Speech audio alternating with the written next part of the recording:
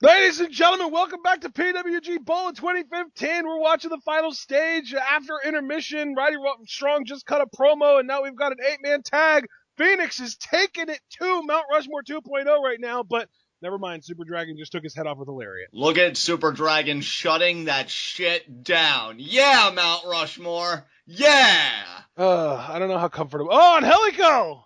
Oh, and Angélico there with that impressive knee, but look at Matt Jackson there, nice forearm. Suck it! Suck it! Suck it!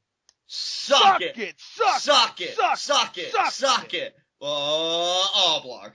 Oh, but Roddy, though. No, Angélico holding his own against 3 members of Mount Rushmore 2.0, telling them to suck it as well. Hey, He's that about is to get stick kicked, though, and it's... Oh, yeah! That's right, Roderick. That's right. That was gimmick infringement on Angélico. He should be ashamed of himself. So who all is on this team? Is that that's the Inner City Machine Guns, isn't it? Yeah, Swann and Ricochet. Oh, great. Now I'm conflicted. Damn it, Swann. You know you want to defect. Oh, wait a minute here. Young Bucks. But look at that reversal. Oh, and then the Inner City Machine Guns reverse. The kicks. Take Young Bucks off. And DDTs. So is that our team right now? Is it going to be the Inner City Machine Guns, Angélico, and Fénix? Yeah, it's looking I'm pretty sure I'm okay with this. I'm okay with it, too. Yeah, that's just because you just want to cheer for Mount Rushmore. Well, yeah, Mount Rushmore, except for Swann on the opposing team. You know, so there you go. At least one member of the opposing team has my unequivocal support. But Fénix does the dive. Beautiful. Did he just... I feel like he just dove on Ricochet more than anyone. Probably. Ricochet, though, he's looking okay. Yeah, and he's checking himself in the camera.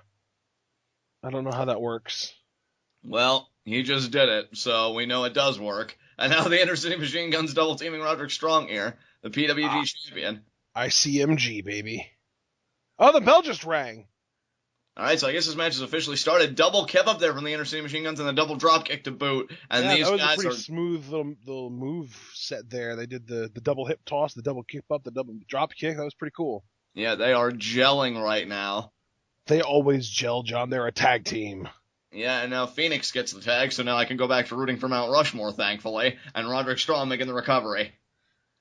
You're cheering for Roddy over Fénix? Yes, that's right. You like Mount Rushmore more than Lucha Underground? Yeah, when you put it like that. Yeah. But I mean, Fénix is with PWG for tonight. This is not Lucha Underground, this is PWG. But he's representing Lucha Underground. Well, he can represent it by being amazing, which he will, even with a loss. So, go, Roderick! Oh, God! Oh, that clothesline, though! That was Jesus. nice. That was really nice. I believe that's Nick. Oh, he just poked us out. What the heck? Yeah, he did! Yeah! Nick Jackson is such a scumbag. Advantage by any means. So your face is a scumbag. I don't want to hear it. I don't think my face did anything to deserve that. Now, oh, look at that. Oh, he's about to get dropped on his back. Yeah, that hurt. How does that back feel? Yeah, I guess it still feels better than getting powerbombed through a building, doesn't it, asshole? Yeah! I would imagine it does. And considering he came back from that, I'm pretty sure he'll survive this too. Yeah, I actually agree with you for once. And now Roderick Strong back in the ring. 1, 2, only a 2 count. Of course it is, because that referee counts slow, but it's okay. Roderick has this well in hand. I should start channeling my inner Matt Striker for these near falls. 1, 2, no! He gets so into it, it's ridiculous. And now Matt Jackson continuing. Oh my God! Started. That was awkward. He slammed his head up against the turnbuckle and his feet landed outside the ring somehow. But now look at him stomping that one hole and now. Yeah, get in there, Ricochet. Do some damage. Oh, yeah, like the referee will allow him. Look at a referee actually doing his job. That's a rarity. And yeah, Roderick taking advantage of the opening. Oh, man, what a fighting champion is Roderick Strong, knowing that BOLA is going on, knowing that he could be sweating challengers. No, instead he is out here valiantly competing. That is so admirable by our champion. And now the Young Bucks continuing the work on Fénix. Double hip toss? You know it. Oh, he landed on his feet. Yes! What? That shouldn't even be... Hurricane Rana arm drag. Oh, God. What? Are you kidding me? Yes! Oh, God, but in comes Super Dragon. Oh, but he got a boot in the face. Fénix is actually holding his own with Super Dragon. What the hell is this? I feel like this other team's best bet against Super Dragon is Angélico. Or Swann, that works too. Or Swann against Roddy. There you go, Swann. Show what you got against the PWG champion. Make a statement. Your allegiances confuse me so much. Hey, I already explained it. Open your face and pay attention. Is there anyone on Mount Rushmore 2.0 that you would cheer for over Swann? No, Swann's my boy. I gotta be loyal to my boys. Swann there with the strikes. What about Ricochet? Ricochet could suck a fat one. Oh my god! Beating Johnny Mundo all night long through cheating, just gladly accepting Alberto El Patron's help. He can suck an acorn. And not Egghorn, by the way. My partner over here. And yeah! Oh wait, no, that was Swann. That was on Swann, you idiot!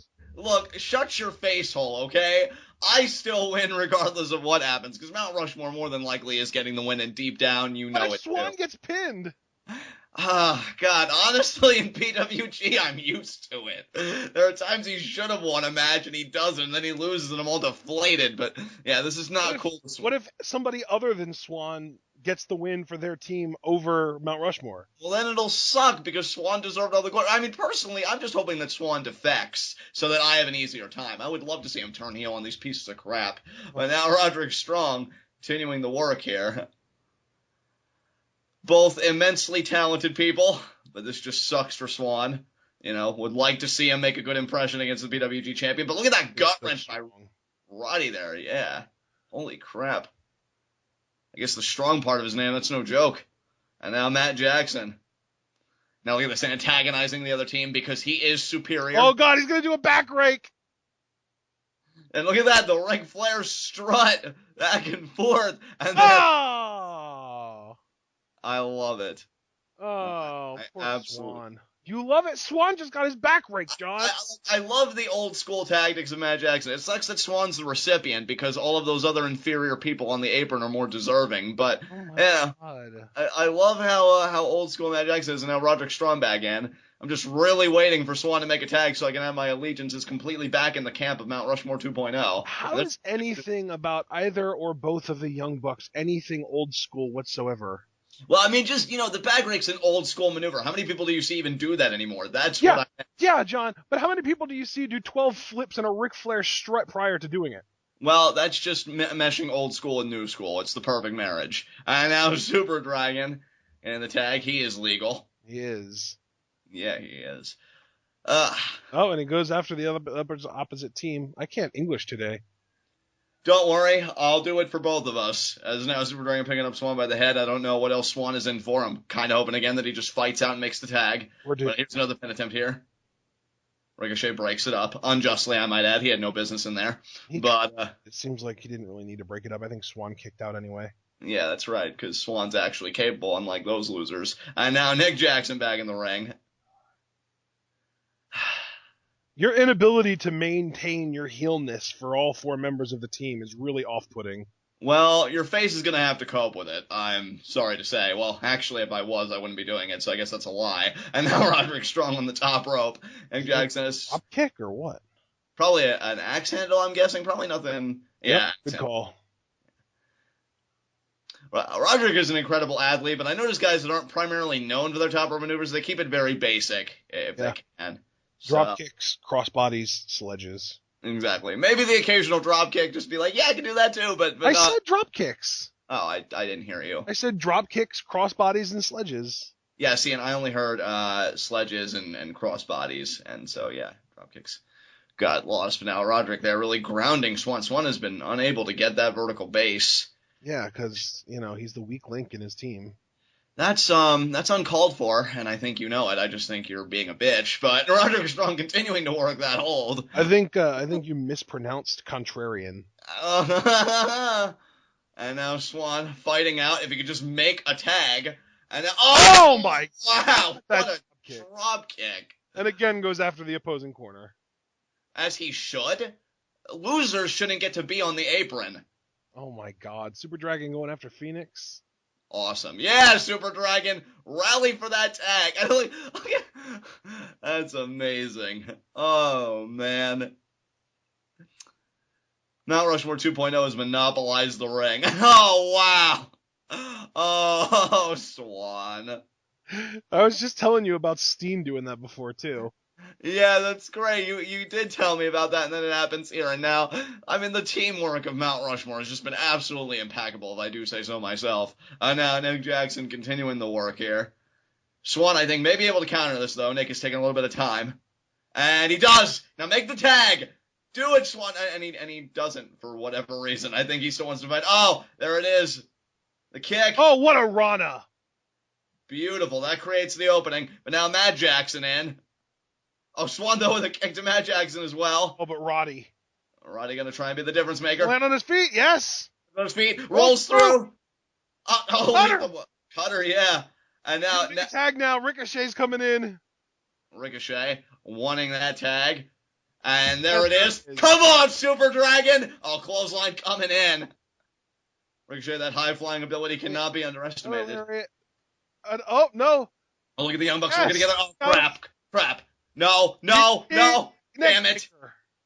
Come on, Super Dragon. Get in there. You can do this. Yeah, Roddy. That's what the champion does. Crap. What's Fénix doing? Oh, springboard dropkick.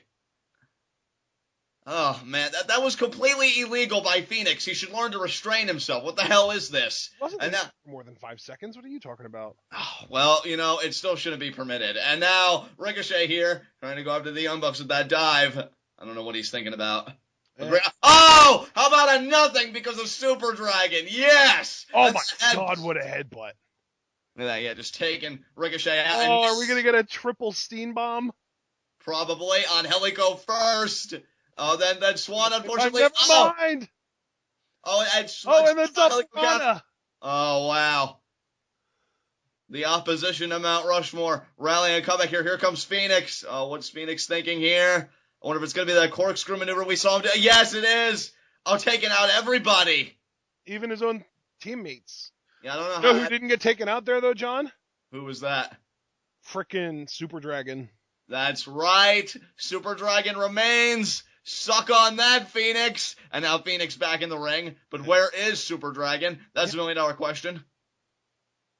For now, though, Nick Jackson. Oh, check the kick. And now. Oh! Senzagiri. Oh, good God. And now, Fénix rallying here. Oh, that chop. Shades of Pentagon Jr., his brother. Now, look at that. Oh, come on. That's just showing off. Yeah! Yeah! That's what showing off gets you. Get me to the face! Yes! There's somebody take out Angélico. Yes! And now. Oh! Face buster! Face buster! Oh! Super kick from Ricochet! Oh, my God! Body. Oh, Swann! Oh! Oh, the Super Dragon. Oh, Super Dragon. Oh, wait. Handspring. Lethal injection. He got it. Dude, that's like the 4th lethal injection he's hit in this tournament. Oh, no way. Is Ricochet going to get all the glory? Is Ricochet going to get all the glory? No way. One, two. No. Oh, yes. Yes. Yes. Mount Rushmore lives. Come on, Super Dragon. You're better than all these assholes, with the exception of Swann, who's not an asshole. He's amazing. And now Ricochet trying to rally. Unsuccessfully, I might add. That was your best shot, bitch cake. What else you got? And now Roderick. Straddling the swimmers on the rope. And now the Young Bucks. Look at this. Look at this unity. Look at this cohesion, this dominance from Mount Rushmore. They lined it up too long, though. Oh, crap. Oh, God, Super Dragon. Oh, Swann moved out of the way. Oh, now Roderick all by himself. Oh, my God, Roderick strong. Oh, my God. Is he going to do super plexes to everyone, too? Probably. Oh, my God. Look at the endurance. Look at the speed and the resilience of our champion. Incredible. Oh, that dropkick on Angélico. Superplex. He is going at 90 miles an hour. Yeah, and everyone else is stuck in 15. And now Swann. Look at Swann, though, I think, showing resistance. No, he's getting superplexed. And now Ricochet. Could he suffer the same fate? He's had a little bit of time to recover here, but it doesn't seem like it's going to matter. And another superplex. Brilliant by the champion. Roderick Strong is just ridiculous. And Fénix. I don't even know if Fénix knows where he is. He's kind of half in, half out. I don't think anyone on that team knows where they are right now, John. And now Angélico. But if anyone does, Fénix is the only one because he seems to have received the least amount of offense overall in the last 30 seconds. Look at the dominance of the fearless leader of Mount Rushmore, Roderick Strong. Is he or is Super Dragon? Well, Roderick has to be the leader. He's the freaking champion. Yeah, but Super Dragon is the freaking promoter. Hello? It's Roderick Strong. It's Roderick Strong. You need to work on understanding how hierarchy works. And now Fénix! There's the Oh my God, God. everybody. So then who is the leader of the corporation, John? Stone Cold or Vince McMahon? Well, I guess that's different. I don't know. You expect too much of me sometimes. And now everybody out. Let's see who can capitalize here. Come on, Young Bucks. Come on, Young Bucks. And now Nick Jackson bringing back the worthless Ricochet into the ring. He gets in the ring, and thankfully no biased, disgusting officials like Rick Knox to ruin anything. And now, with the odds even, Mount Rushmore can take advantage. Oh my God. Nope. No. Go again. No, they hung on. Yes! Oh my Yes! God. Yeah, so much for your Super knowing. Dragon. Oh, What a spinning heel kick. Oh, I'm sorry, Ricochet. Does it hurt? Yeah, I bet it does. What is this about to be, a 450? Sent on. Please be a 450. Sent on. Yeah, you're Sent right. on. Dang it. Yes! I want them to do that with a 450 one of these days. ESPN with Mount Rushmore 2.0 confirmed. Super and now, kicks. yes! And now Super Dragon. Oh! Ricochet trapped between feet and knees, and it looked really painful. Just pin him. 1, 2. The ring to break it up. That dog piling, that was the only way they could have broken up the pin, the pack of cheaters. Hey, man, let's not forget, Rich Swann was the first one there to break it up. Look, okay, well, he could have done it by himself and it would have been fine, but for everybody to dogpile, first of all, it's cheapening Swann's moment. Second of all, it just shows insecurity in your own team. Way to represent. Is Rich Swann insecure in his own team as well? No, because he made the original save, and now Angélico hung up here, and now Mount Rushmore 2.0 going to continue the... kicked the ribs. Fénix. That was horrible. That was not good for the team. And now, yes! Matt Jackson! Super kick the mask off his face! And now, Angélico's still in a precarious position. Oh, man, look at this. Plex. Who is that? Is that Ricochet? That is Ricochet. That was great. Just used Ricochet to do a 450 to Angélico. And now Jackson's going to do it by himself. Yeah. Yes! Oh, it's over. It's over. Oh, but Fénix! Are you kidding me? Isolate the save, John. He had no business. And now they take on Angélico out. It is Mount Rushmore owning the ring right now. Look at them. They're everywhere at once. It's amazing. And now Ricochet by himself. He doesn't know what to do. And now, signaling for the end is the Young Bucks. Come on, Young Bucks. Super can! No! And Ricochet. Oh, tried for the Irish whip. Got countered. Oh, look at that. Northern Lights. Northern Lights. Vertical. No. Oh, vertical. Buster! Oh, and he's pumping up here. He's flexing. He's everything. He's so into himself. He's still alive. Look on the apron. No! Don't you make that tag. Somebody stop it from making the tag. Come on, Roddy. Come on, Roddy. Everyone is going to be eating knees in this matchup. Oh, there's our first one. Oh, my God, Roddy, reverse it. Yes, he does. He does. And, Angélico, though, so fast. The kick. Hey, he already lost in BOLA. He has no business in there with the PWG champion. This is criminal right now. And now... BOLA as well? Yeah, he did, so I don't even know why that tag was made. Swann should be focusing on other people, but I digress. And now, in fact, all of these people lost in BOLA. They really are, literal, by definition, losers. And now Fénix there in the corner. Including Swann. Well, he lost his match, so by definition, yes. And now Roderick with the reversal. The back elbow to Ricochet. Roderick can do it. No. Oh, God, no. I think he's going to get a Benadryller here. Are you kidding me with this? Oh, the huge knee from Angélico. Oh, my God. I'm about to get a 630. That once the legal man. Is he seriously about to pin the champion? He was the legal man. No way. No way. And, the Young Bucks break it up.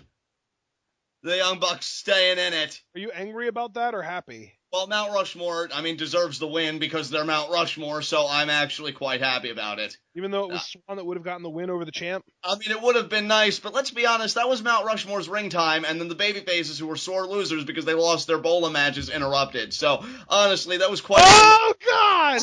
Jesus! Oh, my God, I was just lecturing about common courtesy and decency, and then they do that, and now Swann thinking about the... 50 maybe. It Yes! could be. Oh, my God, standing for... Oh, the knees! Oh, Roddy got his knees up. Oh, the knees, and now Ricochet. Oh, missed the Ricochet shooting. missed a shooting Yeah. star. And Fénix is going for a Fénix splash. Yeah, and No, he misses. I don't even know what that was going to be. They all got flying nothings, triple flying nothings, goose egg on the part of the babyface team, and now Mount Rushmore will take advantage. Keep saying flying nothing. I don't think you know what that term means, John. Well, they missed, okay? They got... I like it. They Flying nothing is when somebody's coming off the ropes, but they're not actually trying to do anything to anyone, and they get caught with like a drop kick. And now, oh, the double super kick! And now Roderick Strong picking up the Young Bucks, and now they're going to educate these losers on what wrestling actually is. And now Roderick Strong going for the finish. Oh, and no, what the hell? Oh, two count, oh, knee. Oh, the elbow. Oh, and now, there it is, it's over. 1, 2, 3 count. And Swann got pinned. Well, I figured he would, but Mount Rushmore prevails. Yes! Yes! Let that be a lesson to all failures in the locker room. Dreams don't come true. And yeah, put the boots to him. Sack of crap. Interrupt your ring time. Where's Rick Knox? We need a savior. Yeah, we need some old fart, obstructing everything. Of course we do. And now, look at them. Just who we haven't seen in BOLA yet? Who's that? World's Cutest Tag Team. That is true. We haven't seen them in a while, feels like. Yeah. And now, Mount Rushmore 2.0 reclaiming their ring. I couldn't be... Oh, God. Jack Evans versus Chris Hero. Jack Evans all bandaged up. He is not... Yeah. He has a bandage around his head. I'm pretty sure it's a joke. Well, certainly, but doesn't mean the cage didn't rough him up. I mean, you and I saw the beating he took firsthand. This match may not last that long. But then again, if Chris Hero is anything like Brian Cage, he may be overly aggressive and get caught in a pinning combination. You just don't know. I don't think Chris Hero is going to get caught. I think he's got this. I don't think so either. I think Chris Hero, the difference between him and Cage is, Chris Hero has been to the big dance. He's been in that spotlight. He's probably the smartest wrestler in this company. Yeah, he's a mature athlete. He's focused, and I think he knows just how close he is. Look at that. Look at that. He knows how healthy he is coming into this thing compared to his opposition in Jack Evans. But Jack Evans, though, he's going to be braggadocious and just defiant until the end, just thinking that he is the most amazing thing in wrestling since sliced bread. So yeah, I'll give you defiant, but I don't know how braggadocious he's going to be given how kind of messed up he is. Well, considering he's just taking the mic, I'm going to guess. Oh my God, he's taking the mic again. Jesus. Yeah, so I think both counts still stand. And Jack Evans. Good call. Another 5-minute promo probably upcoming. It seemed like he drawled on forever before his match with Cage. So now. Yeah. Gotta wonder if Chris Hero is going to put up with it. I think he will. I think Chris Hero, Chris Hero is just going to be like, he's going to turn into like a spectator for this. Just be like, oh, this is entertaining. I'm going to watch this. But notice the difference, though, Ashton, because in his second round matchup with Timothy Thatcher. Yeah. That was his first round matchup, wasn't it? What was it, his first round matchup? I think the second round was Busick. You're right. It was Busick. In his first round matchup, I should say, against Timothy Thatcher, he had a sense of urgency. He got right on it, got right at the boot. Here, I don't think he perceives Jack Evans as a threat. In fact, not even just not as a threat, I just think he's underestimating him completely. And he's just letting him kind of do his thing. I think Chris Hero came into this thing, saw the bandages on Evans besides the joke bandage there. I don't think the rib bandages are so much of a joke considering how Cage brutalized him. But I think Chris Hero is looking at that target, looking at who Jack Evans is, and just thinking, you know what? This is the closest thing I'll have in this tournament to a cakewalk. I'm just going to sit back and relax here. You think that that's going to cost him? Maybe. But then again, like I said, I don't think so. I completely agree with your assessment. Brian Cage is just, he's that proverbial bull in the china shop, whereas Chris Hero, I think he keeps his eye on the prize. He stays focused. And quite frankly, just getting the last little bit of heel animosity I have in me from the Mount Rushmore matchup, anything that Jack Evans gets, he probably deserves for running his mouth on like this. So I'm not going to feel too sympathetic towards him, whatever happens. And Chris Hero's the same way. You change during Mount Rushmore matches. Yeah, I really, really love it. And Jack Evans, they're still going on and on. And Did you say Mount Rushmore is your favorite part of PWG? Yeah, definitely. I just love how they brutalize people. It's amazing. Wow. And Jack Evans still, my God, these take forever. What is it, Jack? I'm waiting for him to just pull out a dictionary and start reciting definitions. I know, I'm actually shocked that hasn't happened by now. But he's still like, and Chris Hero, you can even see what this is like, come on. What's the rest of it? Yeah. We know you want to keep talking. Chris Hero's smiling. I think after a while you almost become amused. Like, am I really a part of this right now? I think I'm a part of this right now. I can't believe I'm a part of this right now. I gotta tell you, John, I wouldn't mind these promos so much if PWG had a better sound system and I could actually hear what Jack Evans was saying. Right. Jack Evans just kind of looks at Chris Hero like, that's right, I just said it. Oh, man, Jack. What did he even say, though? I don't even know. Yeah, that's my thing. I can't hear a word. I mean, I hear his voice, but I can't make out what he's saying.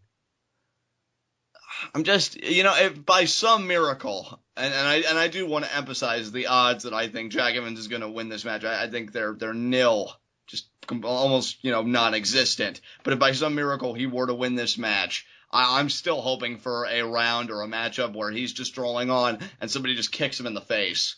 This is a semifinal match, so if he doesn't win this, or if he does win this, he's in the finals. Right. Man, what a picture that would be, seeing Jack Evans in the finals of BOLA. What a statement that would be. Yeah.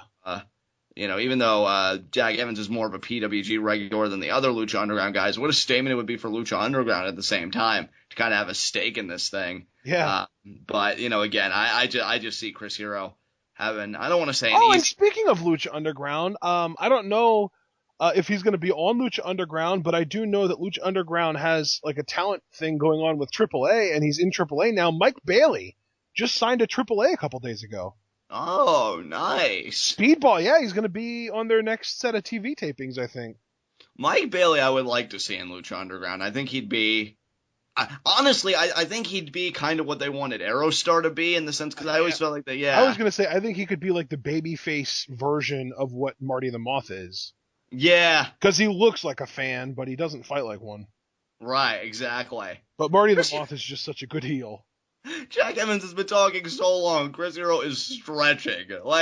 And now he put the mic down. Oh, God, people, we're actually going to have a match. It's a miracle. It's a BOLA miracle. And... Chris Hero, I think, is ready. Yeah, I mean, I'm going to go ahead and say phrasing, because you basically just said it's Ebola. Miracle. Oh, yeah. What a disease. And now Chris Hero seems like he's... skin's going to dissolve now. That's hilarious. And now Chris Hero just looking like, I can't even believe I'm here. And now, go over that rolling elbow. And Jack Evans, though, that quickness advantage. Oh, but Hero caught the kick. He's really quick. Especially compared to Chris Hero. Now, Chris Hero isn't sluggish. He looks like he would be, but he's not.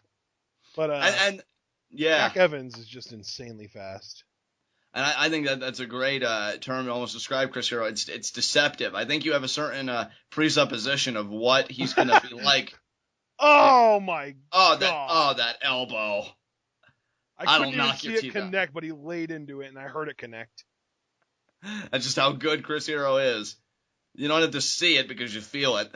Yeah, pretty much. Chris Hero, content to take the count out victory. Like, he's getting comfortable. He's almost pulling like a quasi Naito, taking the hairband out, just getting the last little bit of comfort before he really gets into it. Pulling the elbow pads up. He's just like, yeah, this is a semi-round match of Ebola. I'm not sweating it too much. It's just Jack Evans. His bark is worse than his bite, or so. Yeah, well, I mean, I think we can attest to that. His bark really is worse than his bite. Yeah, but I mean, that's not to be conflated with Jack Evans being incapable. He is a very capable athlete, And now trying to chop down the redwood. Not much luck. And oh my God. Pretty much gets punched in the face for it. And again, no sympathy whatever for Jack Evans. Jack Evans' face, though. Just collapsed. And now that could do it there. And only got it one, though. Jack Evans is like, nope. I think he realizes how close he is.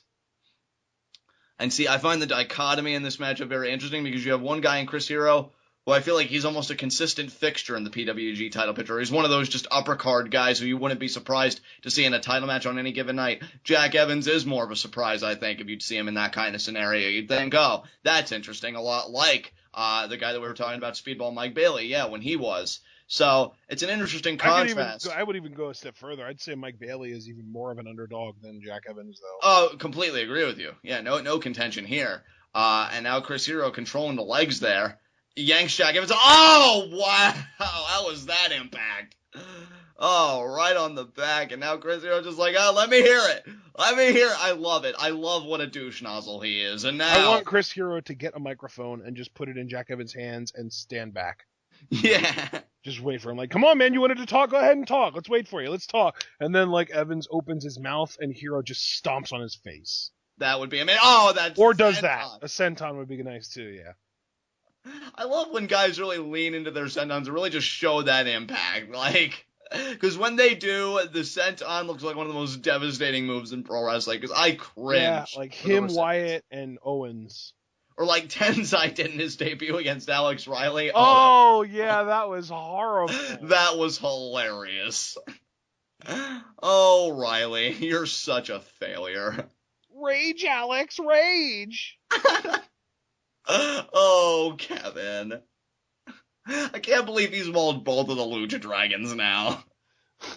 He's just destroying everybody. And Chris Hero. Oh my God. That wasn't even an elbow. That was a punch. Chris Hero just grew so apathetic with those chops. Oh my God. I think this went from a wrestling match to potential homicide in about 2 seconds. Yeah, I was about to say, this isn't as much a wrestling match as it is a mismatch. Exactly. But still, Jack Evans kicks out at 1. I mean, I don't know, Ashton. I'm going to ask you, we can't even call it a serious question. What the hell are we talking about? But, like, if you're Chris Hero, do you find it irksome that Jack Evans keeps kicking out, or do you find it enjoyable because you keep getting to do stuff like that, folding him up like a damn accordion? Like, irksome. I'm going to say irksome. Because, yeah, like, that would, if I was Chris Hero, that would get in my head. I would be so frustrated that, like, I feel like this kid is such a scrawny little kid, and, like, I'm just destroying him, and he doesn't have a chance against me, and yet it doesn't matter what I do. I just keep getting 1 counts. And that would absolutely get inside my head, for sure. Yeah, Chris Hero is absolutely brutal. I mean, I love that about him, obviously. And now look at Jack Evans with the elbows. But the third one actually did kind of stun Chris Hero a little bit. Now the kicks. And that's the... Oh, and he caught the leg, and that was... Just a punch. Yeah, that was all from David, everybody. Now Goliath is going to devour him and end this thing. Because like I said in the opener, dreams don't come true. And there's another kick to the face. Oh, Jack Evans, watching what you do is just art. I'm beginning to think the reason Chris Hero's offense isn't as effective on Jack Evans is because Jack Evans' brain was already mush anyway. Yeah. And so no matter what Chris Hero does to his head, and that's literally Chris Hero's entire offense. Like, I think 96% of Chris Hero's offense is head-based. So the fact that he just keeps on doing his stuff, and Jack Evans is just not affected because his brain was already mush to begin with, and you're not doing anything to it. Dude, multiple 1 counts. I mean, this is ridiculous. Like, and Chris Hero, I mean, he can brutalize Jack Evans all day. I mean, I'm a sadist. I'll enjoy every second of it. But there has to come a point where you're just thinking, all right, I'm thinking about the finals. I want to advance. And, that wasn't smart. And Chris Hero just kind of inviting it. Come on, Jack. What's the best you got, Jack? Muster it up, Jack. And he's eating all of it, off against the ropes, and that's what happens. God. That's what happens. That's why you don't stand up to bullies, kids. That's what happens. Oh, my God. And now Jack Evans. No way. No way. Pinning combination here, too. And, the kick out. Jack Evans has officially gotten further than Chris Hero in this match because Chris Hero hasn't gotten a single 2 count yet. Oh, and now springboard by Jack Evans, but... Blockbuster! Blockbuster there by Jack Evans. Unbelievable there. Wow. And now Jack Evans is going to try and rally here. Maybe a dive on the outside. I can't believe this is even happening right now. Well, I guess I can. You can only take Ospreay a beat. flop. Oh. It's almost like a cartwheel kind of spinning splash or whatever. I don't even really know the technical term for that.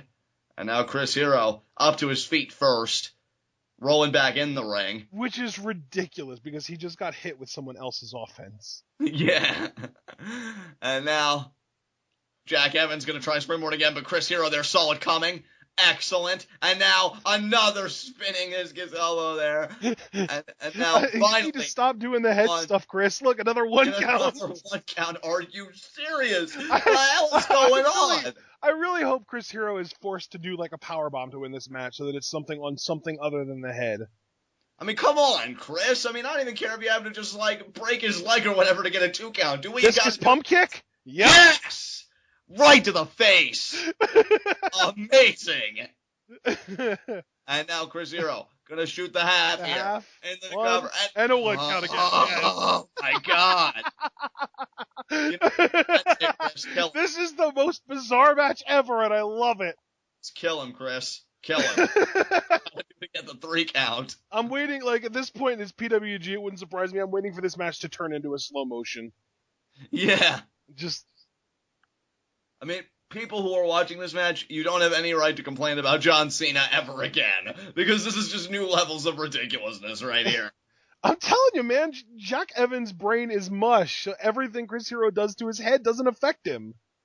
Well, then he's gotta maybe do a leg-based submission. Because that isn't head-based. So, yeah, maybe just get Jack Evans. Well, that's why I said a powerbomb, because that's back.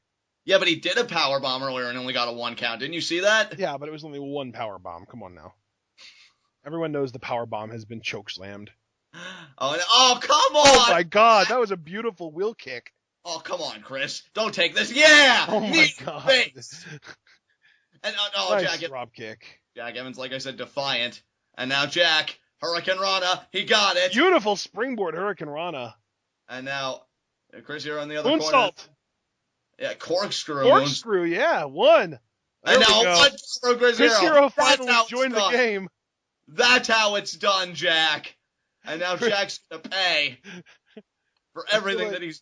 I feel like Chris Hero finally showed up.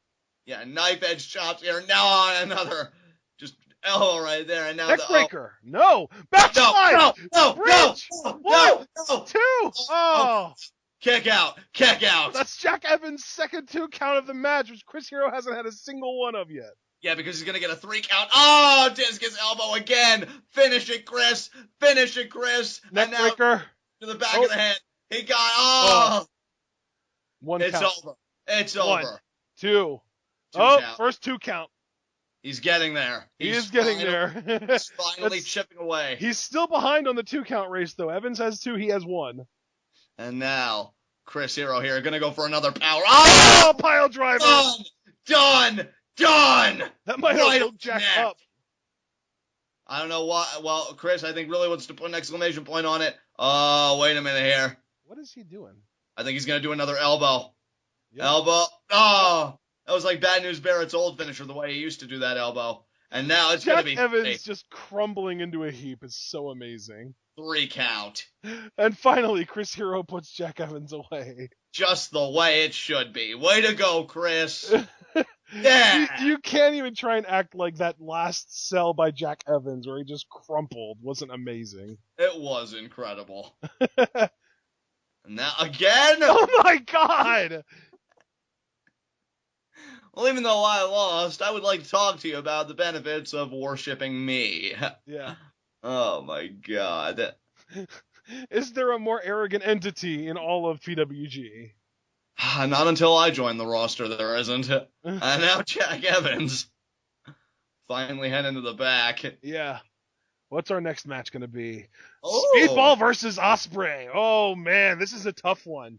I gotta go with Bailey. Yeah, I think so, too. I'm going as much as I would love to see Ospreay in the final, this is Bailey's match to win. I completely agree. And, I mean, who knows? So we got, let's see, Chris Hero in the finals. We got whoever wins this in the finals. I think the finals are supposed to be, what, like a fatal 4-way or a triple? No, it's a triple threat. Okay, triple threat. So I think the last match is going to be Zack, Sabre Jr., and Marty Scurll. ooh. Well, I don't want to discount Marty Scurll after his performance against Trevor Lee, so Yeah, but I mean, it's still cool that 50% of our semifinals is guys from the UK. yeah. Scurll, Sabre, and Ospreay is limping. Yeah, I think he started to show effects of that with the match with Seidel when we Yeah. did part 1 yesterday. Yep. And Mike Bailey just prepping himself. What is he doing? He's doing some stretches and I guess just getting that karate zone, I guess channeling that chi or whatever the term is that they use. Yeah, that's not karate. That's not karate.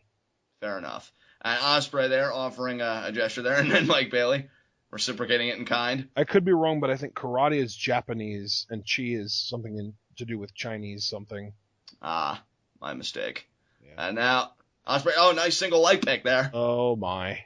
That's right. Let's not forget Matt Sydal did focus a lot on the leg. I forgot about that. I was thinking that he just hurt himself, but no. Sydal focused hard on the leg against Ospreay.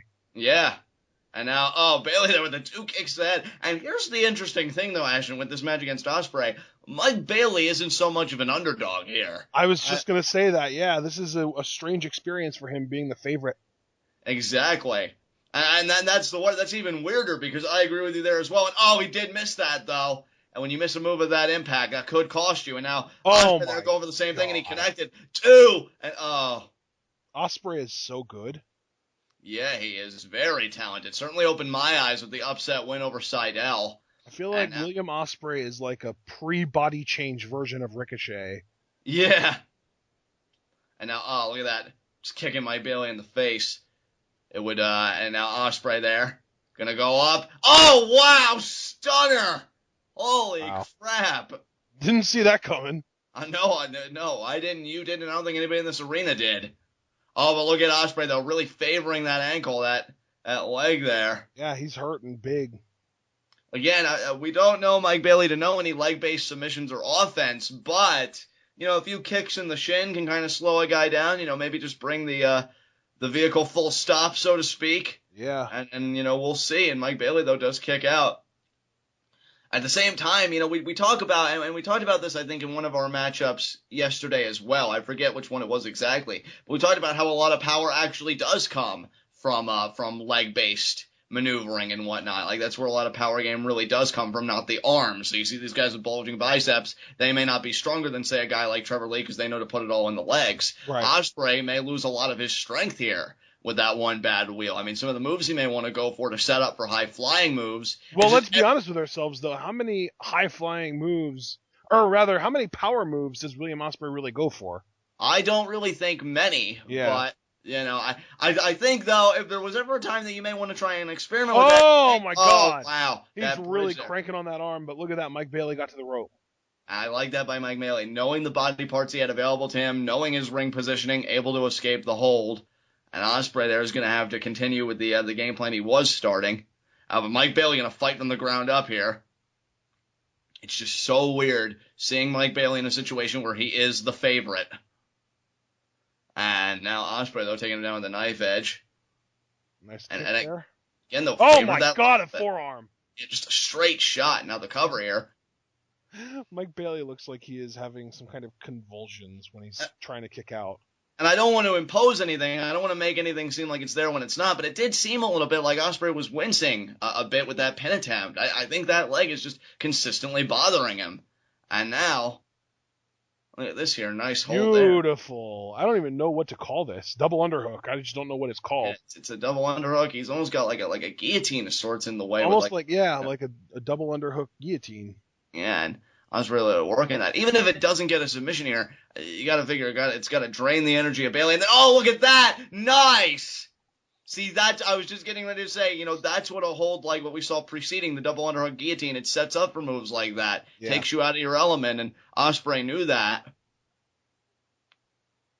Again, I know Ospreay really doesn't use the power game, and he really doesn't use certain styles, but, Mike Bailey can match him with the high flying and whatnot, so you may want to change your game a little bit, be a bit more unpredictable. It's just a shame that, that's also at the same time ill-advised because of the bad wheel. Like, Ospreay's just got a raw deal here, working with somebody that can go hold for hold with him with his particular style, and he's going in with a handicap. Like, it's just not really working out in his favor right now. And now you see he's got Mike Bailey grounded here.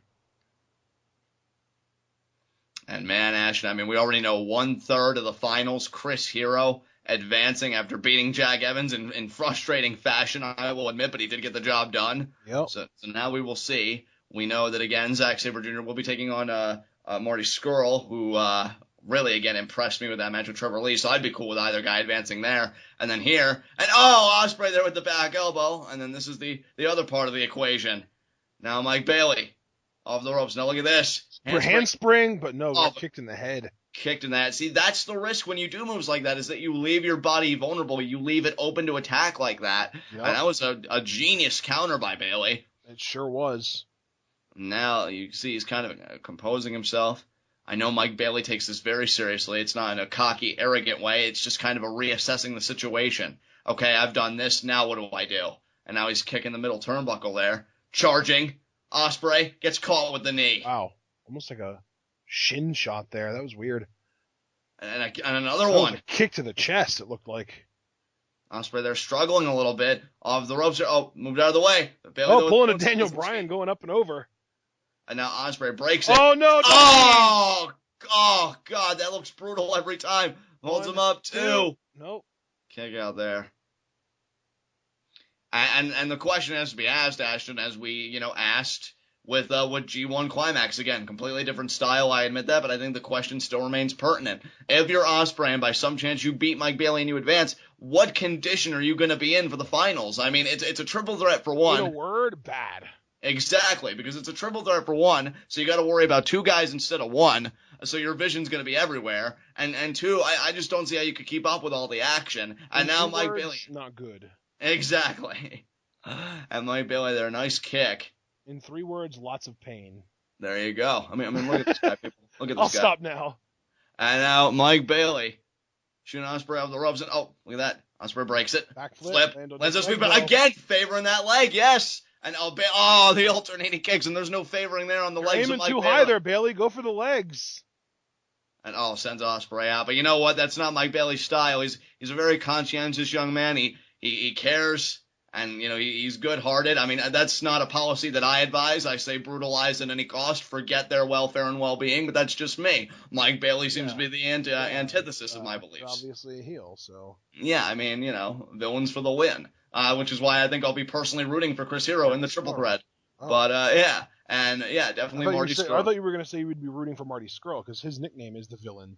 But Zack Sabre Jr., though, is so good. He almost transcends alignment with his ability. Like, I know he's a babyface, but, he's brutal at the same time because of his finger bending and crap. Yeah. And now Ospreay, in control again, he's going to try a dive, which is the stupidest thing I've ever heard of. A form of water bending?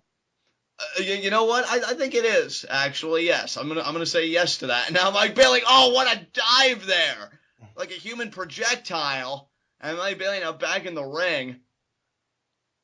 And let's see here. It's amazing. Bailey gonna do another suicide dive, maybe? Oh, no. Over the top, yeah, wow. It's like a corkscrew plancha. I was just getting ready to say, corkscrew plancha by Mike Bailey. And Ospreay is out. And now let's see Mike Bailey. And see, that's the disadvantage, though, of high-flying moves, because you have to compose yourself and get up, which Mike Bailey has done. But then you got to bring your opponent back into the ring, and it's just all this time wasted. I'm not saying it was a bad move by Mike Bailey by any means, but it's just when you're thinking strategically, you can't capitalize right away, and that's always going to be a detriment. And now Mike Bailey, but again, he's too good-hearted to go after the leg. If I was Mike Bailey, I would be tearing that leg apart. And now Ospreay, he's so impressive. But look at that, the leg again, and that's why Ospreay... He really took something out of Bailey on that. And I for once, I don't mean to be malicious, but this is why Ospreay, at least his offensive style, in this one case, is a product of stupidity, because you're hurting yourself with every maneuver you execute on your opponent. Ospreay, I wish he could have adapted to something, but so much is leg-based, it's hard to say what, so really can't criticize Ospreay too much. There's that big spin kick. See, he goes into the cover here. 2. And that was close, but not enough. Mike Bailey seriously sometimes kicks out after the ref hits 3. And Ospreay, you can see the look on his face, just kind of even biting his hand, just thinking, like, what do I do? You know, he's in pain. He's got to be frustrated. Again, it just seems like the universe is working against Ospreay right now, and he knows he's so close to getting the finals where you win that big trophy, and the bigger prize than that, I mean, the prize, a shot at Roderick Strong in the PWG Championship. Yeah. And now Ospreay, oh God, the leg, and he crumpled that time. He quickly recovered, but he did crumple that time, and oh, the kick by Bayley. It could be academic here. I think Bayley goes to the top rope. He may have this. I don't know what resistance Ospreay could afford. That was smart, using Ospreay to get to... Oh, wow! Ospreay! What a counter! Brilliant. What a counter by Ospreay! That's a freaking kangaroo kick from the ground. Just when I was ready to count him out, but he may be taking too much time here. Oh my God! He got it. He got it. And adrenaline may be taking over here for Ospreay. Fireman's carry. Nice knee to the head. Kick to the head. Super kick. To the face. Wow. Oh, the DDT there. The running blockbuster DDT even. That was incredible. Ospreay with this flurry just when I was ready to discount him entirely. And now looking at the top rope again, this may be Ospreay's moment. And I can't even believe I'm saying that. And the one match where Mike Bailey was considered the favorite, is it going to be Ospreay to pull off the upset again? Oh, that's right, John. Don't forget he does that as imploding 450. He went for it. No, knees. The knees. Bailey got the knees, and now it's like a chess match here, back and forth. Bailey went for this once. He's going to go for it again here. Yeah, the shooting star knee drop, and I think he's going to get it here too. Yeah, that's it. Oh, over. Wow, that seemed like it was right on the skull. Oh, my really? God. Looked like it was on the back to me. I felt like he got partially the skull. I mean, not all of it, but it seemed like part of it connected with the face and head. What are you doing, Bailey? He's looking to put this away here. I think maybe? Probably. Ospreay on his knees. Ospreay, I think, even gave a nod. Do it. Oh, and there it is. It's done. One, two, three count. A valiant effort from Ospreay, but we now know 2/3 of the finals. Chris Hero and Mike Bailey. How far has Mike Bailey come? Wow. He can say, even if he loses, I Here made we it. Go. Yes. Sabre and Scurll. All right, let's see. This is going to be a really fun matchup here. Marty Scurll looking at me so antsy, so ready for that bell to ring. I think Zack Sabre Jr. as well.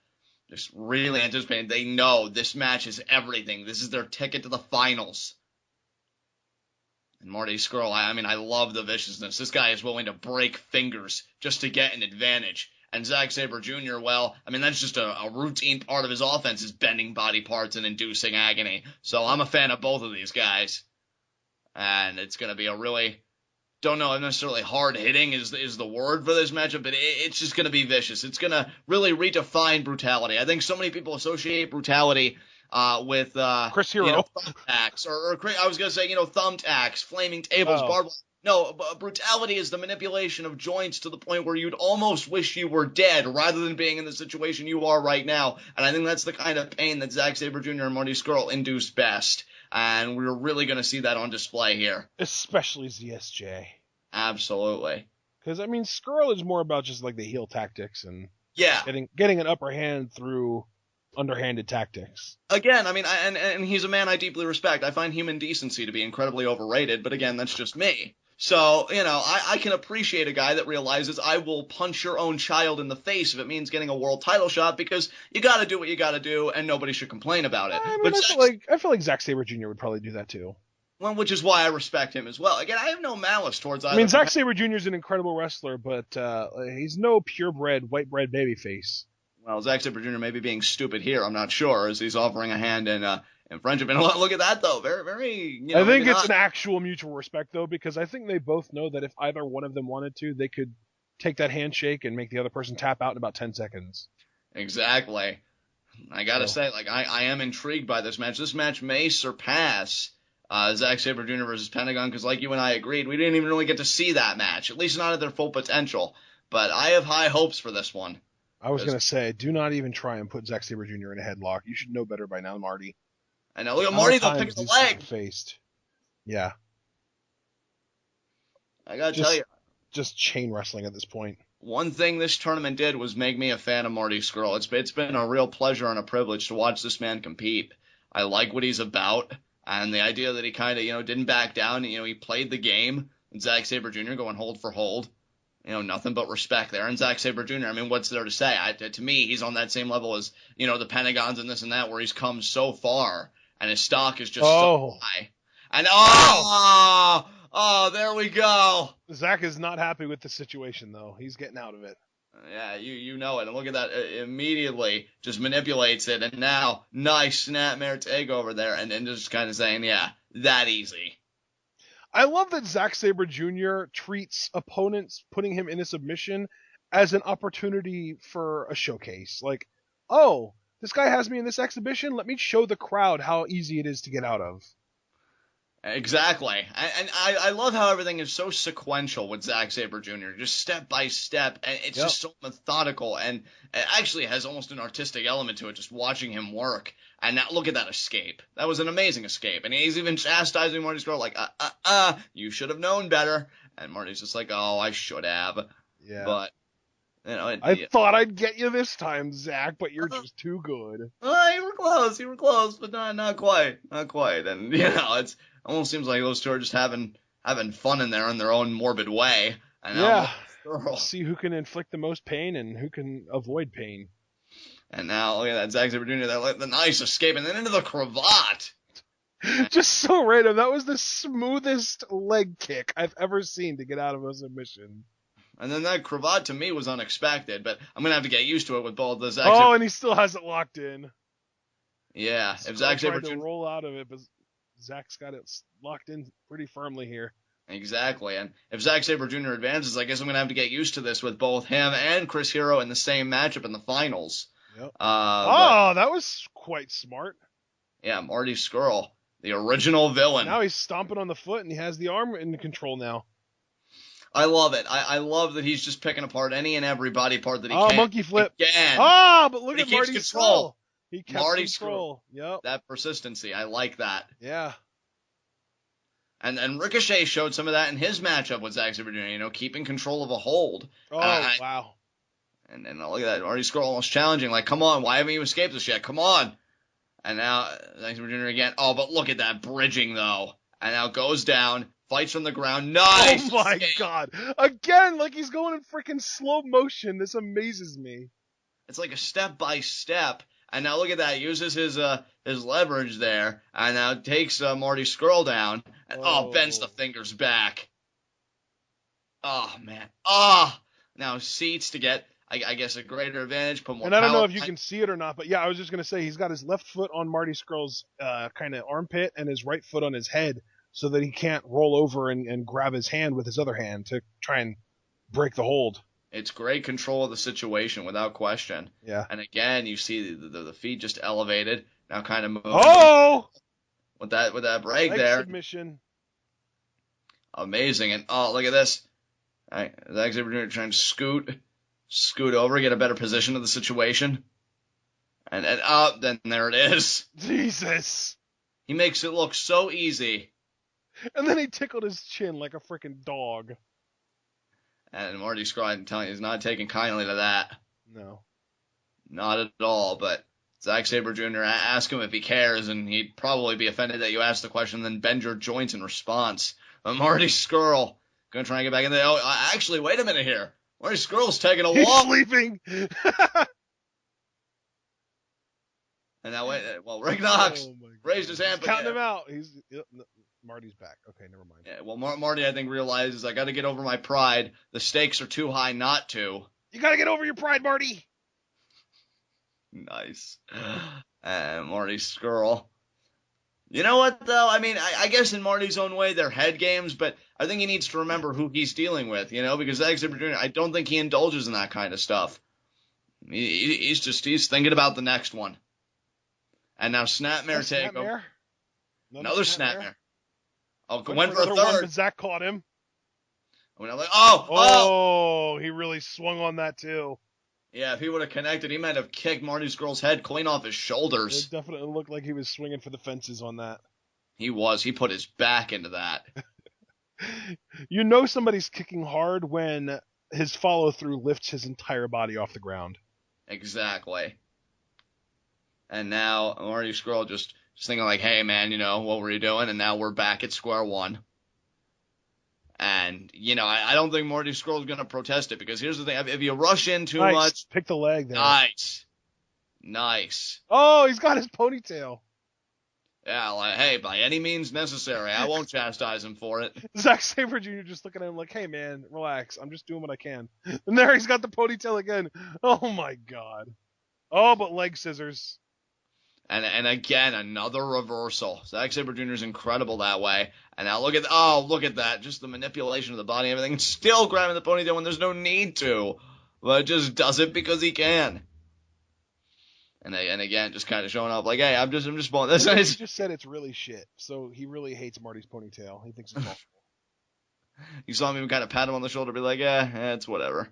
And then they're kind of having a conversation over here while Marty's in the hold. I think they're both just kind of looking at the How referee. dare you? I want to know what Rick said. Yeah, he said something to offend him. Marty This Scurll. is a liberal state.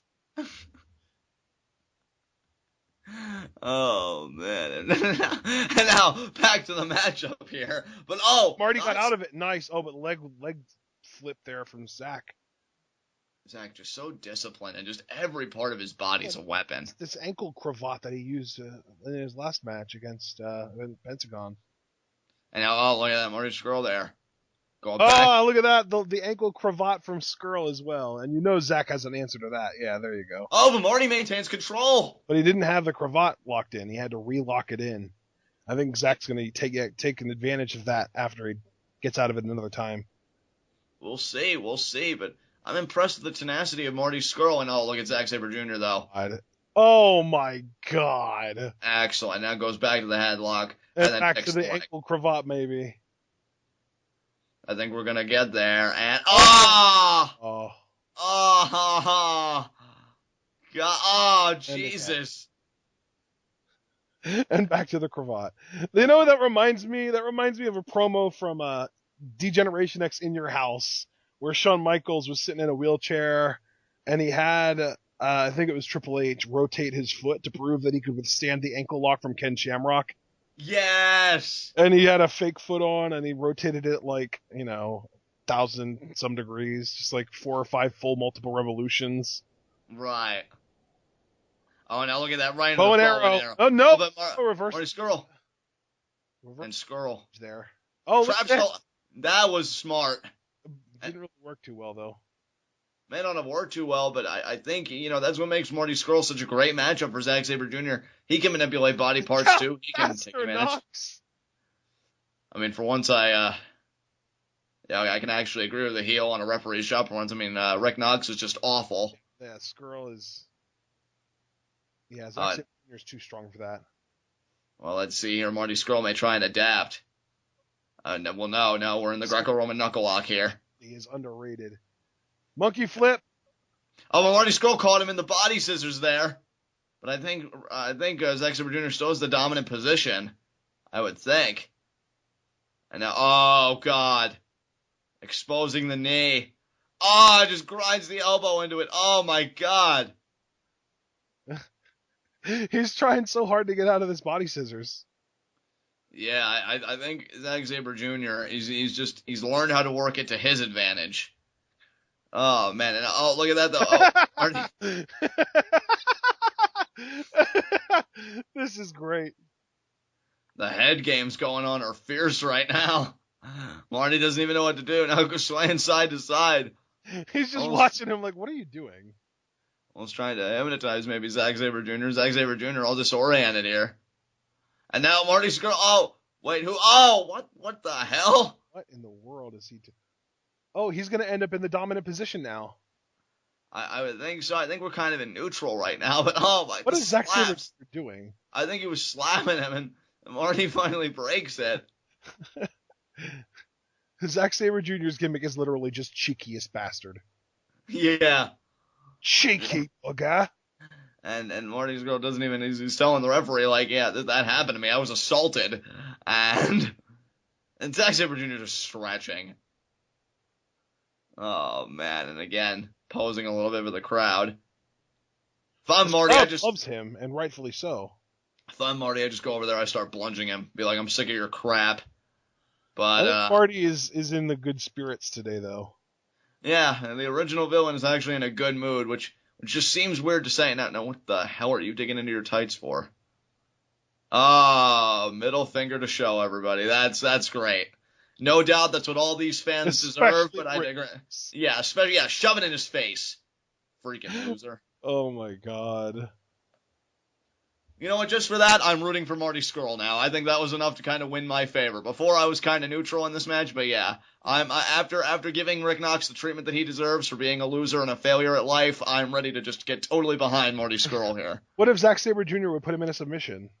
We're talking Rick Knox in a submission? Yeah. Well, that's more devastating than what Marty did, so then I'd have to sway allegiances, so. So your allegiance in this match is literally just directly related to whoever causes the most, stress and anxiety for Rick Knox. Absolutely. And potentially pain. Oh, definitely pain. No potential about it. And they were both, their shoulders were both down. Oh, double God. count here. They're just trying to make they're just trying to make Knox's job difficult at this point. And now we're at a standstill here. This match feels like a prank on Rick Knox. It really does. I mean, they have PWG chance. Given this match, you wouldn't know the gravity of the stakes with how these two have been performing. I mean, this is kind of a finals match or semifinals match. Exactly. A winner of this gets to meet Mike Bailey and Chris Hero in the triple threat to determine who's going to be the number one contender for Roderick Strong's championship. Yeah. And then Marty Scurll just... He's just ridiculous. And Marty Scurll going to have to adjust his knee pads there. I don't really know what good that'll do him. I mean, it's certainly not going to beat Zack Sabre Jr. You're going to need more than that to get a win over one of the best technical wrestlers in the world right now. And now... What is he doing? He's busting a move, I guess. Oh, is Zack Sabre Jr. going to retaliate? Oh, he took his ponytail out, it looks like, to put it back in, though. Well, now he's getting serious. He's got to fix the ponytail. He's got to fix the samurai bun because Zack Sabre Jr. ruined it earlier. And now, here we go. And now off the ropes here. Oh, I thought that was a kitchen thing. Nope. And, Marty Scurll reverses. Oh, Zack Sabre Jr. reverses. Oh, my God. I'm getting dizzy watching this. Nobody's getting pinned. Rick Knox can't even get a 1 count out because everyone is just trying to pin everyone right now.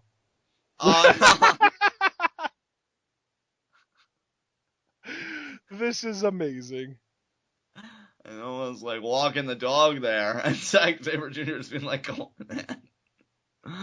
Oh, my God. It feels like Christmas, John. It really does.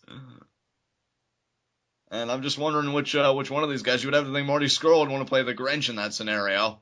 But I digress. I don't know. And I don't know what either of these guys is going to do here.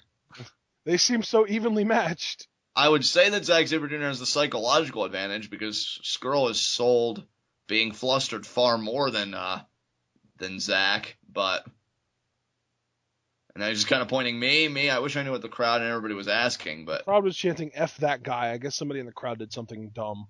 Well, they should show Marty Scurll some respect. I mean, and if he finds whoever started the chant, I would hope that he would slap him in the mouth. But he's calling someone up to the ring, probably the guy that did the obnoxious thing that people were chanting "F that guy" for. Oh. Okay, I thought when they meant F that guy, they meant F Rick Knox, or Marty Scurll, sorry. They literally just wanted the guy to get up out of his seat just to inconvenience him a little bit.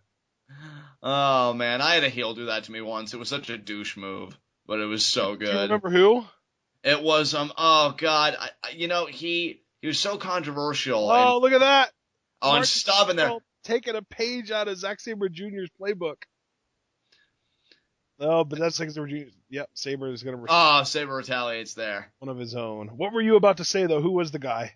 I forget what his name was, but he pretended that he was going to go for a diving move, and he knew that I was on crutches because, obviously my disability isn't something that can be concealed.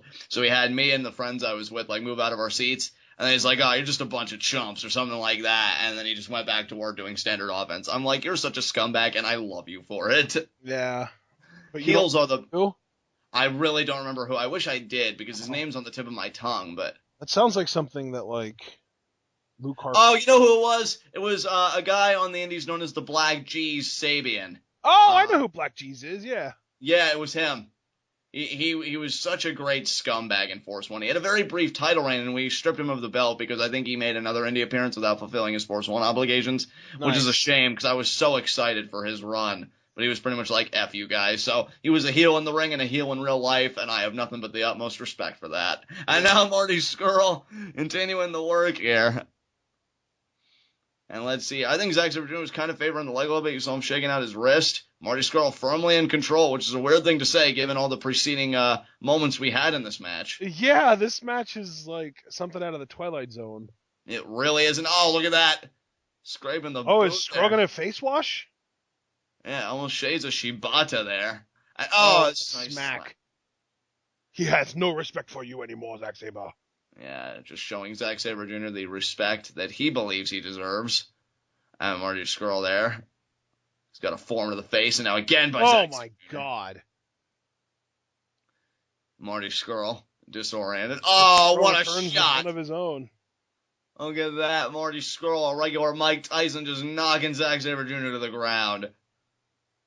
And now, shoves him against the ropes. Oh, got caught there. Oh, nice. Bonsai bomb. 2. Bonsai drop. Marty Scurll only got a 2 count there. Bonsai drop. I gotta remember that. Bonsai drop. Now, when you have this kind of control over Zack Sabre Jr., you want to stay on him. You don't want to be lax. You don't want to be braggadocious. You want to just stay on your man. Because, the moment you give Zack Sabre Jr. a chance to recover, to get a hold, it's over. He will work it relentlessly. And now Marty Scurll is kind of clapping like, yeah, that's how good I am. Now he's going to pick Zack Sabre Jr. up. Into the other corner here. Oh, stopped it. Ducks underneath. Oh, what a kick to the chest there. Zack Sabre Jr. almost looking like that was too easy. Now Marty Scurll receding into the other corner. And Ashton, I'll tell you this. What do we think's going to happen here? Oh, big old uppercut. Dang. Well, I'll tell you what's happening here is the tide's changed. Oh, and a kick to the back of the head. Wow. Oh, yeah, Marty Scurll seated in the opposite corner. Could it be a cannonball or something? Or a delayed drop kick. That's true. Delayed basement drop kick. Oh, or an uppercut. That works too. He loves his uppercuts, doesn't he? Oh, now the knees into the cover. Somewhat of a cocky cover, but I like these. And he stood up after Marty kicked out, too. So smooth. Just one solid fluid motion. I just said solid fluid. That's an oxymoron, so. Definitely an arrogant cover, but. Oh, back to the fingers here. Oh, bending them back. I almost said Oh, rake in the eyes, though. Oh, wait, no, I guess not. I think he tried to, but Zack Sabre persisted and got it. Oh, the grapefruit claw. And let's see, Marty Scurll here. And he moves out of the way. Well, that was awkward. Now Marty Scurll gonna dive here, and tried to Zack Sabre Jr. Oh God! Kick to the head. We've seen him do that in every match so far. And now look at that. Brings Zack Sabre Jr. back into the ring. Now measuring his man here. What's he going to do? He's got him in an inverted suplex position. Is that what it's going to be here? Yep. Inverted suplex. Excellent form. Takes control of the arm. Nice. Nice pin combination. Oh, only a 2 count. Close. But yes, only a 2 count to your point. Marty Scurll looking a bit frustrated. And Zack Sabre Jr. staying in this. I think all comedy's gone out the window. I think these guys realize, all right, it's time to knuckle up, get serious. Yeah, I thought comedy went out the window too. Then Marty Scurll grabbed Zack Sabre Jr.'s balls. Hey, the grapefruit claw is a legitimate maneuver, I will have you know. How did that not get disqualified, by the way? Because, I don't know, for once Rick Knox actually did his job right, go figure. And it wasn't an actual... See, John, I just fed you all the ammo you could possibly need to say Rick Knox is a terrible referee and doesn't deserve his job, and you turned it around. Well, yeah, because the grapefruit claw is actually... Oh, God, the armbar! Oh, Jesus, just like that. Oh, but look at Marty Scurll there with the reversal. Oh, look at this. Half and half. He's got the crossface chicken wing applied. Yeah. However temporarily it might have been. Brilliant Back to the armbar. Brilliant counter. And Marty Scurll, though, look at the picture. Like, what a counter by Marty Scurll. And again, going back to the crossface chicken wing. Man, we're almost getting into like a submission-style matchup here. Who can get their hold on who? I mean, isn't that what this has always been? I suppose so. And now back elbow there. And another one. And, oh, caught that one. Now he's got control of both of the arms here. It's like a double chicken wing here now. Oh, cattle mutilation! And he got it. He got it. Can Zack Sabre Jr. stay in it? Oh my God. Nobody stayed in this for very long when Brian did it. That's true, but Zack Sabre Jr. Just He's not any other man. A simple shifting of the hips. A simple shifting of the hips, and Sabre Jr. got out of it. And again, Marty goes back to the crossface chicken wing, but Zack Sabre with the back elbow and the forearm. As it's so well read. And now look at that. Kick Sweet shin music.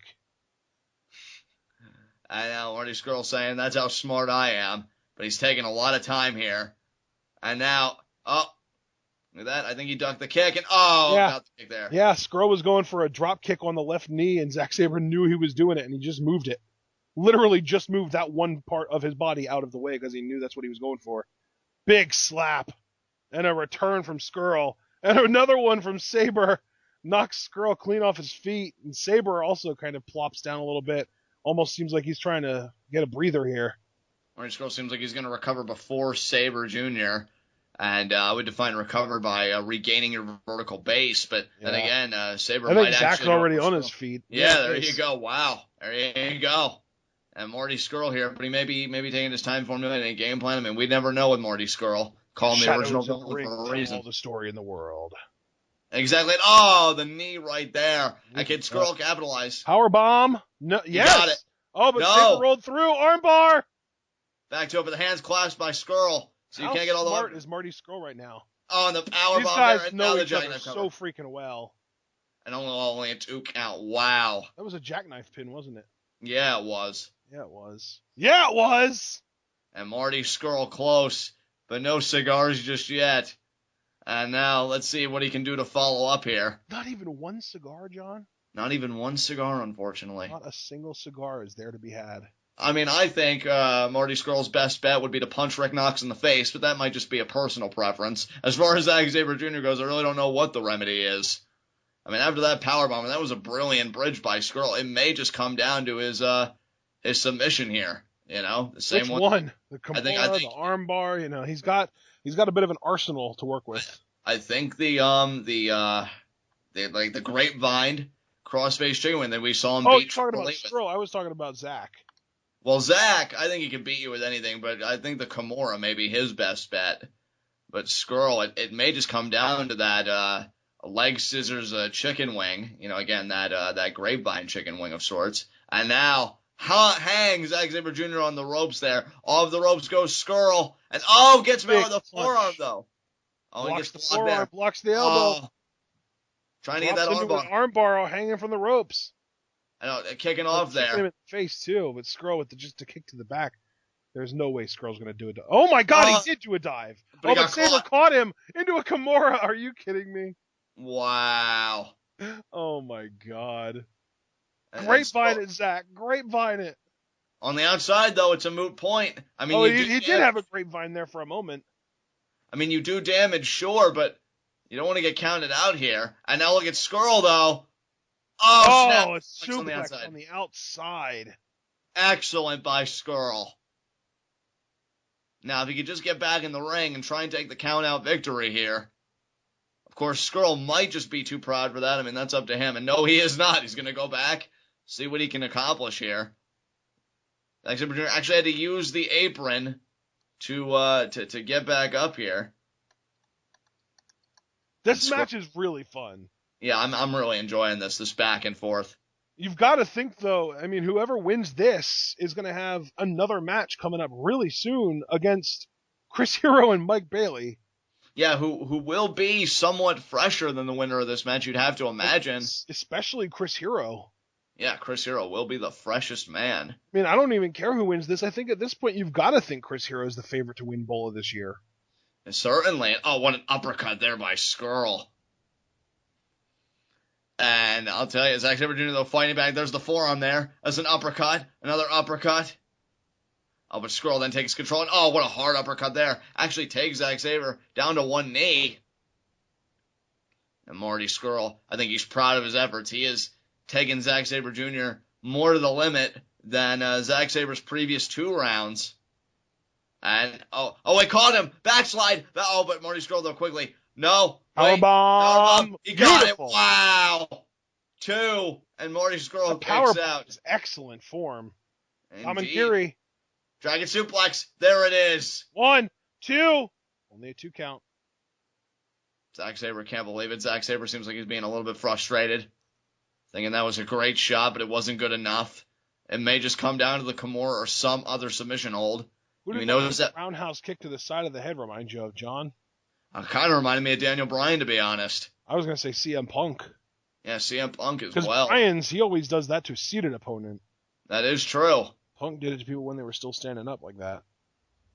And now, let's see, Zack Sabre gonna slide over here, has control Armbar. of his arm. No. Whoa, he's going to stomp. No? I keep trying to figure out what Zack Sabre Jr. is going to do. Yeah, that is a fruitless endeavor, my friend. Yeah, oh, apparently. my God. Marty Scurll, though. Maybe a right to the head. Oh, well, no, he ain't going to do anything after that. I've never seen an arm wrench look more painful. And now Zack Sabre Jr., he knows he's got Marty Scurll down to one arm. He's got a bad arm. Oh, is he going to wrench it again? Oh! Oh, and Marty Scurll just in so much pain. He hasn't even tried to hide the pain. I mean, how could you when it's that excruciating? It may just be a He's matter just thinking to himself, man, why the hell did I sign up for this tournament? It's all about the world title. It's all about being the man. And no! Counter! Face chicken wing. Oh, but I don't think he has it fully in. I think now he does, I think. If he clasps his hands, it might be over. And if he gets the body scissors. He's locked it in. I would sink it in, though, with the body scissors. And he doesn't, and that might have made the difference because Zack Sabre Jr. almost like a Benadryller, but to the arm. I think that was a mistake to not really get that hold in as it could be. And a kick to the... One thing that's worth noting, though, John, is that it seems like Marty really wants to put this match away because that's his move. That's his finisher. Yeah, the urgency. Oh, and he's got a great find. Oh, but it didn't matter. Armbar. It didn't matter. And now Marty Scurll here. Is he going to tap? No, he's keeping the leverage on his side. He wants a powerbomb here, I think. And again, but Sabre Jr. still has the armbar locked in. Triangle. He might be able to turn it. Yeah, I was just going to say he might be able to turn it into a triangle. And now, look at the strike. And he's just smacking Marty's head now. Oh, and this triangle. Yeah, that's it. He locked that triangle in so tight there at the end. Marty didn't have a choice but to tap. What a valiant effort from Scurll. What a fantastic match from both these men. But it is Zack Sabre Jr. who completes the puzzle. Ladies and gentlemen, we have our triple threat. And now Tommaso. Wait, Team Tommaso Ciampa versus Team Chuck Taylor? Oh, it's a lot of people. Okay. Yeah, it is. Oh, my goodness. It's a lot of people. Holy crap. I see Drago. I see Aerostar. How is Pentagon Jr. not on this show? Oh, no, he was in a match earlier. Never mind. That's right. The match against Zack Sabre Jr. earlier on in the night we reacted to in the first part. Now, is that Chris Sabin? I thought it was Chuck Taylor. Oh, yeah. Was it? Let's see here. Yeah, it is. It is Chuck Taylor. Yeah. Oh, Chucky T. You gotta love it. He was supposed to be retired. Really? Well, over the summer, he kept on putting out rumors that he was retiring. Well, that's sad. I'm glad. Well, the whole idea is that he's basically saying that his main goal was always to make it to one of the big promotions, and WWE, TNA, and ROH, and apparently Lucha Underground don't really want anything to do with him. So he figured, why not just quit while he was ahead? And then he showed up at Chikara and showed up at PWG, and it was, I mean, I don't know if he was actually planning on the retirement, but if he was, it turned around pretty quickly. Well, that's good. I honestly, that kind of saddens me to hear that nobody has interest, because I think Chuck Taylor's one hell of a performer. Yeah. And, and honestly, and this isn't anything against Chuck Taylor, but it even shocks me to a degree that Impact Wrestling wanted nothing to do with them, because they're in the shitter right now. They could use all the talent they can get. Yeah. And, let's see if we can get a rundown here. I see Chuck, okay, so we have, let's see, Mark Andrews, Andrew Everett, Drago, I think that's Timothy Thatcher. Is that Thatcher? Yeah, that is Yeah. Thatcher. And Ciampa. Oh, and Mark Andrews. Did I say him already? Yes. And the opposition, taking I on see. Gulak, Aerostar, Trent Beretta, Drew Galloway, and Chuck. Quite an assemblage on both teams. Yeah. I guarantee you I'm going to get Timothy Thatcher and Drew Gulak confused at least 3 times in this match. I'll probably double your number with the way I work, so don't feel bad about it. And there we go here. Everybody trying to get order. Drew, just, I mean, man, like Although, you said. now looking at him, Thatcher is quite a lot bigger than Gulak. Yeah, that is true. I think Thatcher might be the biggest guy in the ring, actually. Or at least second to only Galloway. Right. And now, let's see who's going to start this matchup here. I'm curious. And yeah, look how much bigger Thatcher is than him. Yeah, it's funny that you said you get confused with those two, and those two go face to face. Yeah. They're basically different sized twins. And the best friends. Yep, Trent Beretta and Chucky. And oh, come on, Ciampa, that wasn't cool. Just jealous. John, I'm gonna put 5-1 odds on this that we're gonna get slow motion in this match. You're probably right.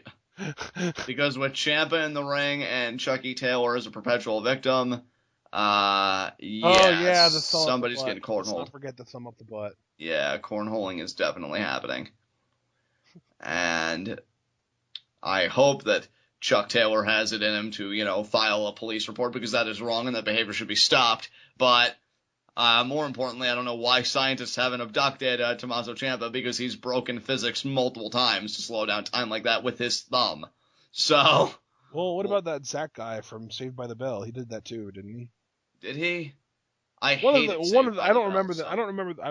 never watched it, but one of the guys on Saved by the Bell would slow down time or pause time or something like that and talk to the audience and stuff. Oh, God. Yeah, that sounds like something they would do. We apologize. Actually, John doesn't. I apologize to all the Saved by the Bell fans out there. John's more of a Full House kind of guy. It's true. I've watched every episode at least 2 or 3 times. Yeah, and even though I can honestly say the same thing, I've seen every episode of Full House a couple times. It's something that I haven't really watched in probably, I don't know, like 8 years, something like that. It's just, I don't know. I guess, will I watch Fuller House? Absolutely. Oh, me too. I will. Like, that might actually be a legitimate reason to get a Netflix account, since Lucha, I don't think, really panned out for that whole campaign. I'm wondering where they are going to end up. Or did they? That's the one thing. We know there's a season 2, so that's the victory in itself. Yeah. But I am wondering where they ended up. But yeah, my favorite shows when I was a kid were always Boy Meets World and Smart Guy. See, I enjoyed Boy Meets World, though, I'll be honest. I was a bit later to the party, because I actually got into it with the later seasons when they were more grown up, high school and stuff. Oh, yeah, I've been watching Boy Meets World since I was like 7 or 8 years old. Smart Guy, that I was kind of on and off with that. Like, yeah, some episodes were good, but it wasn't really like my show. Absolutely loved Smart Guy. That was my shit, man. Family Matters is great. Really love that. I mean, even the Urkel bits, like, you go back, I think some of the humor still holds up. Yeah. Another show that I admittedly really liked when I was younger, Sister. Yeah, that again was kind of happening out with me. There would be times like an episode like, oh, that was good, and then other times like, eh. When I was really young, like before I got into like Pokemon and Boy Meets World and kind of stuff that was actually meant for kids, I always watched. Oh, I think I just saw Slow Motion very briefly, but then Tommaso Ciampa cut it off. But as I was saying, I used to always watch like older sitcoms, like All in the Family and The Jeffersons. And I think even I Love Lucy, I got into at one point, and The Wonder Years, and The Brady Bunch, and Three's Company. I love that stuff, but that was when I was super young, like not even 8 years old yet. Yeah, Brady Bunch I always got into, for the same reasons that I originally got into Full House. And, you look at the, you're young and you think that girls have cooties, but then when you start to like them, you think, oh, Marsha Brady, she's really pretty. Or, oh, DJ Tanner, And then, dude, DJ, I saw DJ recently and she looks incredible even now. Yeah, she does, and it's really a shame to me that our politics differ. And I'm like, oh, DJ, why? Like, you were on my backups for, I don't even know what Andrew Everett is doing right now. Oh, but we're about to get Thatcher and Gulak. Okay, now the time for talk about 90s sitcoms is Thatcher over. is so much bigger than Gulak. It's crazy. Yeah, it really won't be hard to tell the difference between them. Plus, I think Thatcher has more facial hair going on, if I'm not mistaken, though that could be an error on my part. Not much. Seems like just about even, maybe. But, oh my God, he goes for the armbar. How freaking big is Timothy Thatcher? I'm Googling right now. While he's Googling, I'll call the action. You see Gulak there, pick the light, but Timothy Thatcher with the reversal there. I am a Googler. Timothy Thatcher, so impressive in his match with Chris Hero. And I'll tell you, he's got all the right stuff. And look at that half crab. 6'3"? Wow. That's gigantic for PWG standards. Yeah. Yeah, I'm seeing 6'3", 224. Kind of want to see Timothy Thatcher and Galloway go head to head. But they're on the same team, aren't they? Oh, no, never mind. Yeah, you're right. That could happen. I want it now. You're right. Gulak there with the escape. It's funny because I feel like everyone on Team Ciampa is super short, and then you've got Thatcher, and he's just so much taller than everyone else on that team. Right. Now Greco-Roman knuckle lock here between Gulak and Thatcher. Like, I feel like everyone on Team Ciampa is 5'10" or under, and then you've got Thatcher at 6'3", and he just towers over everyone. Yeah, it really does. Oh, man. Irish up into the corner there to Gulak. And now whipping Gulak into the opposite. Whoa, nice. Wow. He just turned the Irish whip into an offensive maneuver. Yeah, how does that even happen? It just did. I can't explain it, but we know it. And again.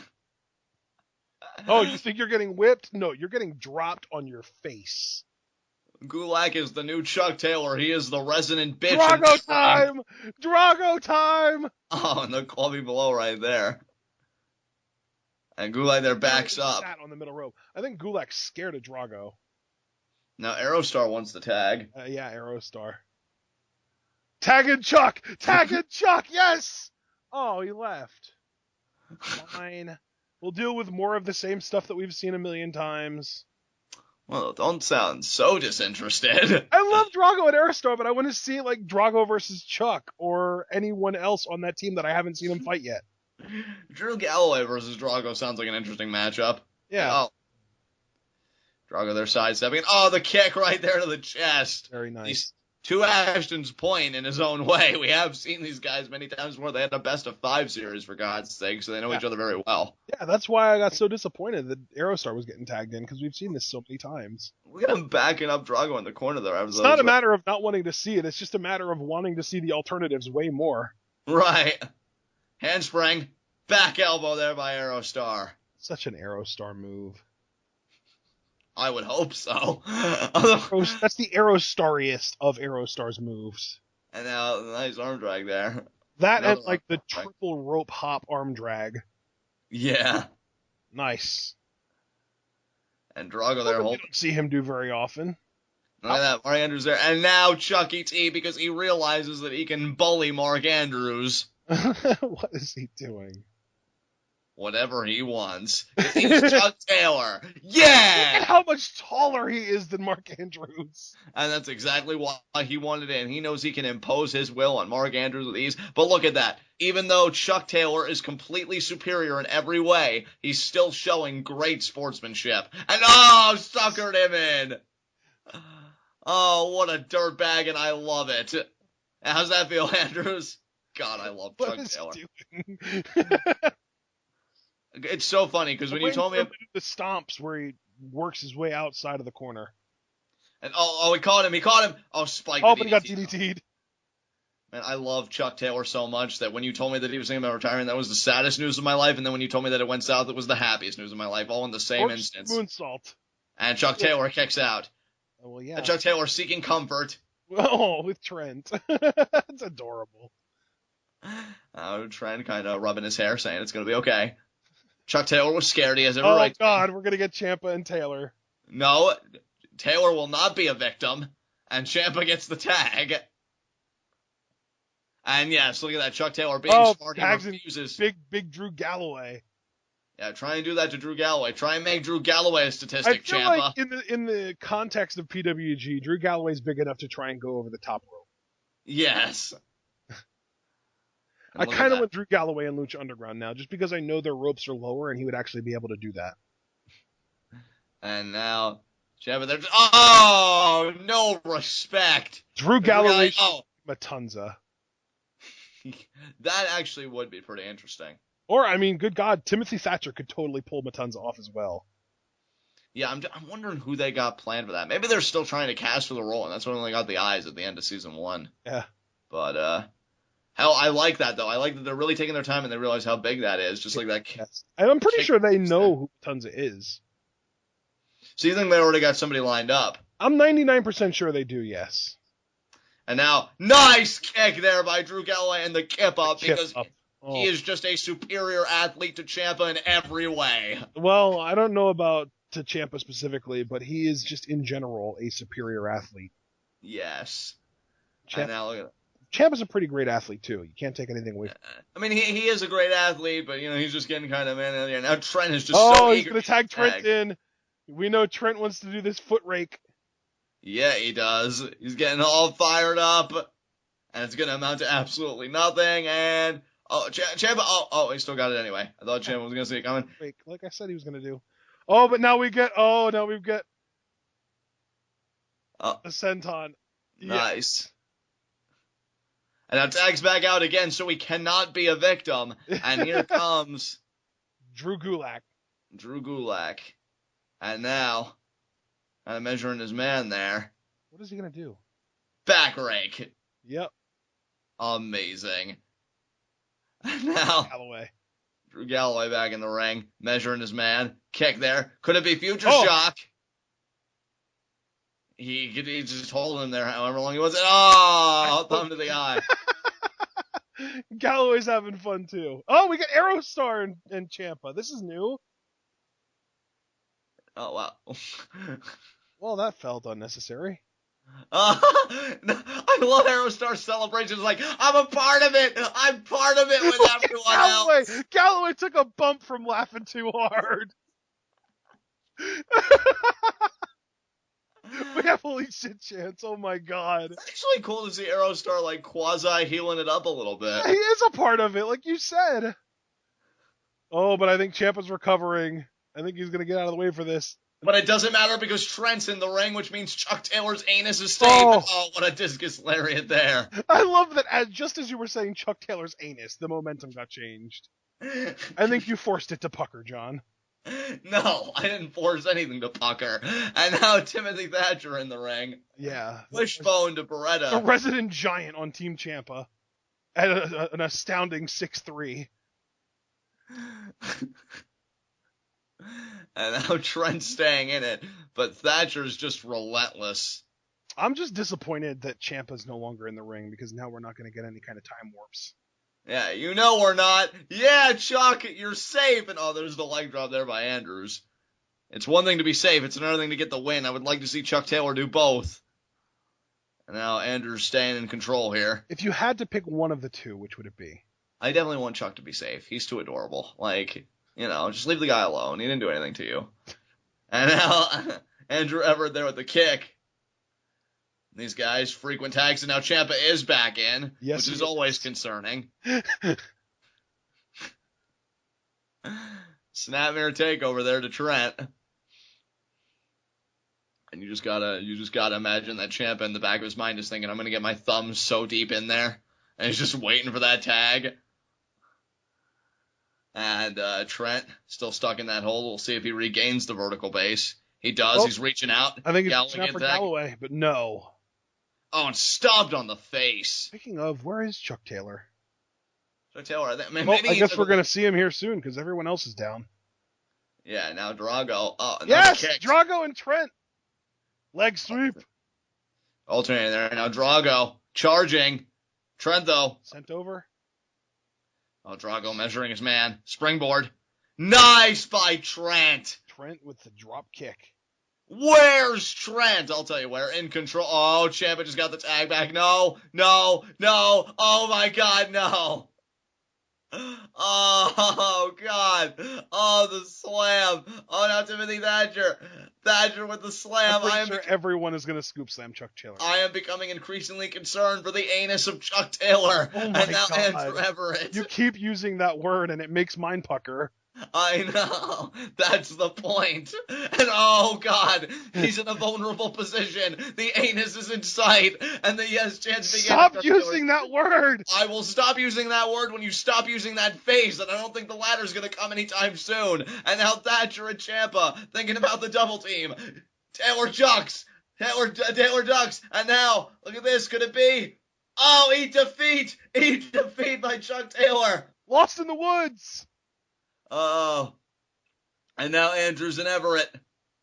Oh, but Chuck Taylor again, the resiliency. Oh, look at Chuck Taylor. A belly to belly to Andrews. Hey, he's a pretty good wrestler. What can I say? Absolutely. He is the man. And now. Where's Drago? Is he still alive? I don't see him anywhere. I don't see him anywhere either, but look at Chuck Taylor asserting the dominance, stomping everybody. Chuck Taylor reclaiming his dignity in this matchup, especially against Tommaso Ciampa, and now he embraces Trent, the friendship that endures the test of time. Oh, Thatcher's going to kill somebody. But not those clotheslines. And now Drago back up on him. Thatcher's getting booed. There's Gulak. Nope, got caught. Thatcher rolls him through. Big European uppercut.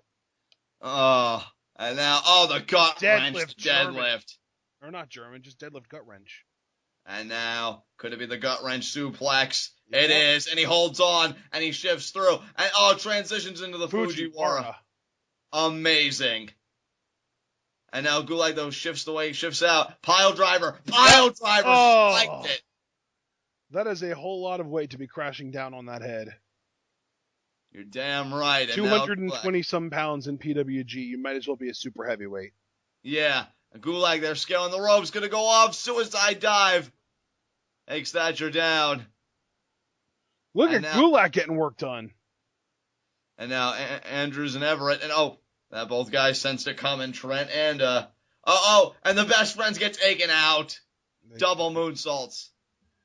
What's Drago going to do? Drago and Aerostar are going to go at it. Oh, now Drago. Both checking their kicks. Aerostar caught it. Drago caught it. Stand still. Looking at each other. And now saying, hey, why don't we just dive? And they do. Aerostar, though, a bit more conservative, a bit more waiting. And now he's going to do the flying star. Yeah, falling star. I almost said flying squirrel, but that's his in-ring finisher. Oh, God, is Galloway going to fly? Maybe. We know he can do it, too. I've seen him do it. Yeah, I think he's about to do it. Oh, and Chuck Taylor. Checking on his friend there, Trent. And Drew's kind of laughing to himself about this situation. I agree with him. It is pretty hilarious. And he does. Sent on over the rope. And he landed on his feet. Good God. And he's high-fiving everybody. He really is a superior athlete. He is. That's why I'm glad Drew Galloway only associates with winners. Well, hopefully. Dude, he's in TNA. Yeah, that's true. But, Ciampa making ring angels. The best kind of angels. And now look at that. Hey, that was blatant. Oh, Ciampa. With that low blow. Yeah, that was just wrong. I could have sworn I heard the commentator say right in the ding-dong. Yeah, well, I always prefer the term yam bags. And again, oh my God. And the referee, look at that. A European uppercut to the gonads from Drew Gulak. And now Timothy Thatcher making a turn. Oh, and a European uppercut to the dick from Thatcher. Aerostar, don't tell me Aerostar's going to join in. Yep, he is. Lucha style low blow. And now Drago really going to do it too? Is he just going to... Aerostar just joining in all the fun. Aerostar, I love how proud of himself he is. I want to see him turn heel now. Like, that would be amazing. What is he doing? No, he's really... the double Gary to the nuts. The double dick shot. And now... Oh, no. Oh, yes! Yes! Was that Galloway that did that? It it was Trent and Taylor, the best friends. No, I mean the one that sold it with the backflip. Oh, and they did it to each other too. They're on the same team, for God's sakes. Oh God! And if Ciampa, And then they hug. that's how friendship works. It really is. Oh That my was God. the perfect little snapshot. No! Oh my God! Oh God! This is getting ready to be obscene. Put the children to bed. Oh yeah, because it wasn't obscene with the just obscene amount of dick shots. No. The terror level for anuses is red. I repeat, the terror level for anuses is red. You keep using that word. And I'm not just talking about the after effect. Oh, going in, and it's been plundered. The anus has been plundered. Trent looks like he's gonna vomit. Oh, the gagging. Oh, the violation. Looks like he needs a security blanket.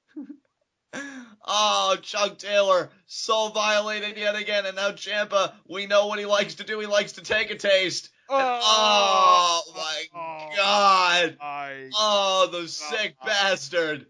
Oh, this is so messed up, John. He's just revolting.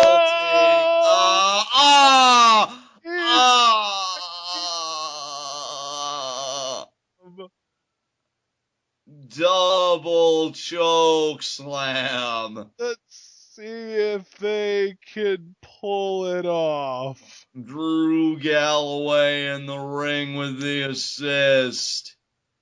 Ciampa up. High angle double choke slam.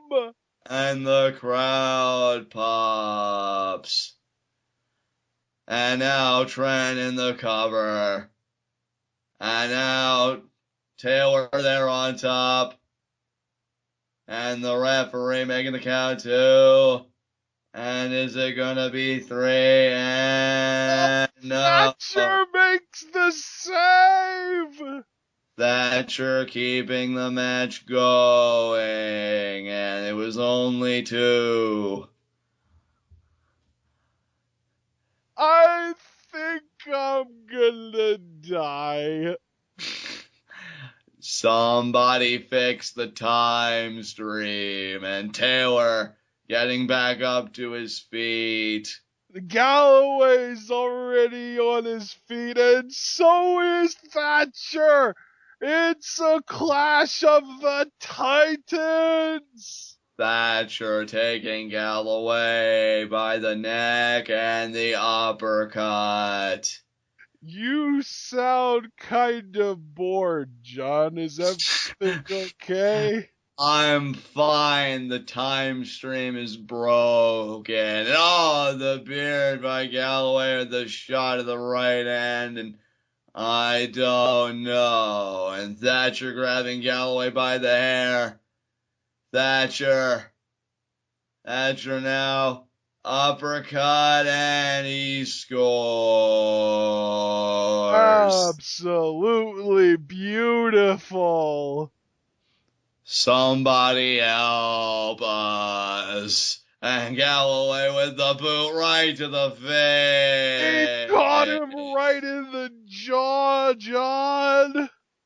And he's staggering. And Galloway gonna go for the clothesline. And so is Thatcher. And there is the double clothesline. And both men fall to the floor. Your play-by-play really takes a dip during these slow-motion segments, John. I can't help it. I wish someone would kill me. And Andrews reaching for the tag. No, I stand corrected. There is the forearm there to Gulak. And the referee trying to maintain You're not order. even trying anymore, man. I can't keep it up. I'm dying over here. And now Oh my God. Slow motion still going. Hurts. My throat hurts. I'm just done right now. Andrews going to the top rope. Oh my God. So is Everett. Could be double shooting star here. How do they do that in slow motion is my question. I don't know. And I think they're even asking themselves that same question. I don't think they're going to even try it. Like, what do they do? Like, oh, okay. Oh, no, back to normal speed. Oh, there it is. Oh, now the best friend's trying to recover. Look at this. Look at that. Oh, and one with the pile driver and then the other. And, oh, they won! They won! Yes! Sure did. Oh, yes, Drew Galloway, like I said earlier. Tonight he associates with winners. The best friends got the win. My eyes are watering. I can't even handle this anymore. Oh, man, well, it ended at the perfect time then. And to think, we still have so much more to come. We still have the finals. That tag team match was something else. And now everybody hugging everybody. That's how a good matchup should end. Oh, come on, Drew. Yeah, there's the hug. Oh, my God. I love it. I love the love fest going on right now. I can't. My English detector turned off. And now our Ciampa and Taylor are going to hug it out. And yes, they are. Yeah, they did kind of like the bro shoulder-to-shoulder hug. It's like, yeah, you cornholed me, but I can get past it. It's not like I haven't gotten past it the other 500 times. And now, is it going to be a group hug? I think my favorite part of that match was Aerostar. He was having so much fun with those guys. He was healing it up, and he was loving it. Dude, I almost want to see a heel Aerostar in Season 2. Like, that wasn't really heel, though. That was just him kind of joining in with the rest of his team and trying to be involved and a part of it. I guess, but I mean, like, it just seemed like a good kid when they know they're doing something wrong. Yeah. And they just really enjoy it. And, yeah. That'd be the kind of now we get to more serious business. The BOLA final. Bayley, Hero, and Sabre, baby. Wow. I mean, this is it. And considering I need to catch my breath. I was muting my mic in between, but I was laughing so freaking hard when you were doing your board commentary. And I gotta tell you, I mean, considering that this has been such a big event and such a long show, you guys are going to want to take a deep seat for this because I think this triple threat is going to go bell to bell. These guys are going to go to war with each other, and it's all about that trophy and even grander stakes, the PWG World Championship. I am firmly rooting against Chris Hero because he knows how to brutalize a fellow human being, and, well, I'm a sadist and I love it. So there you go. You said you were rooting against him. Well, no, I think I even said earlier that I was rooting for him. I didn't say I was rooting against him. I said I was rooting for him. Oh, and said against. Yeah, well, I distinctly remember saying for, but I digress. He has my support, so I'll establish that here and now. And yeah, Mike Bailey and Zack Sabre Jr., though, are not going to be a walk in the park. Chris Hero firing himself up. And we'll see here if Chris Hero can go to distance and win BOLA. And yeah, he is really fired up. Oh my God. I'm going to apologize ahead of time to everybody if I'm not 100% into this match. I'm still just recovering from that last match. That's all right, man. Take your time. And I mean, your commentary during that slow-mo was the funniest thing ever. Oh, man. Zack Sabre Jr., so focused. I know he would love another opportunity at Roderick Strong in that World Championship. Yeah, didn't he only lose because of the Young Bucks? I don't think the Young Bucks got involved. I do think Roderick Strong, he beat him straight up, but well, straight up as a heel can anyway. Right. But I think Zack Sabre Jr., he knows, and he does. He completely has the capability to beat Roderick Strong. I would say all three men do, otherwise they wouldn't be here. And now Rick Knox, I mean, my only complaint is the official. I hate Rick Knox's face, but that's neither here nor there. It's not about Why do you hate Rick Knox so much? He's just so worthless.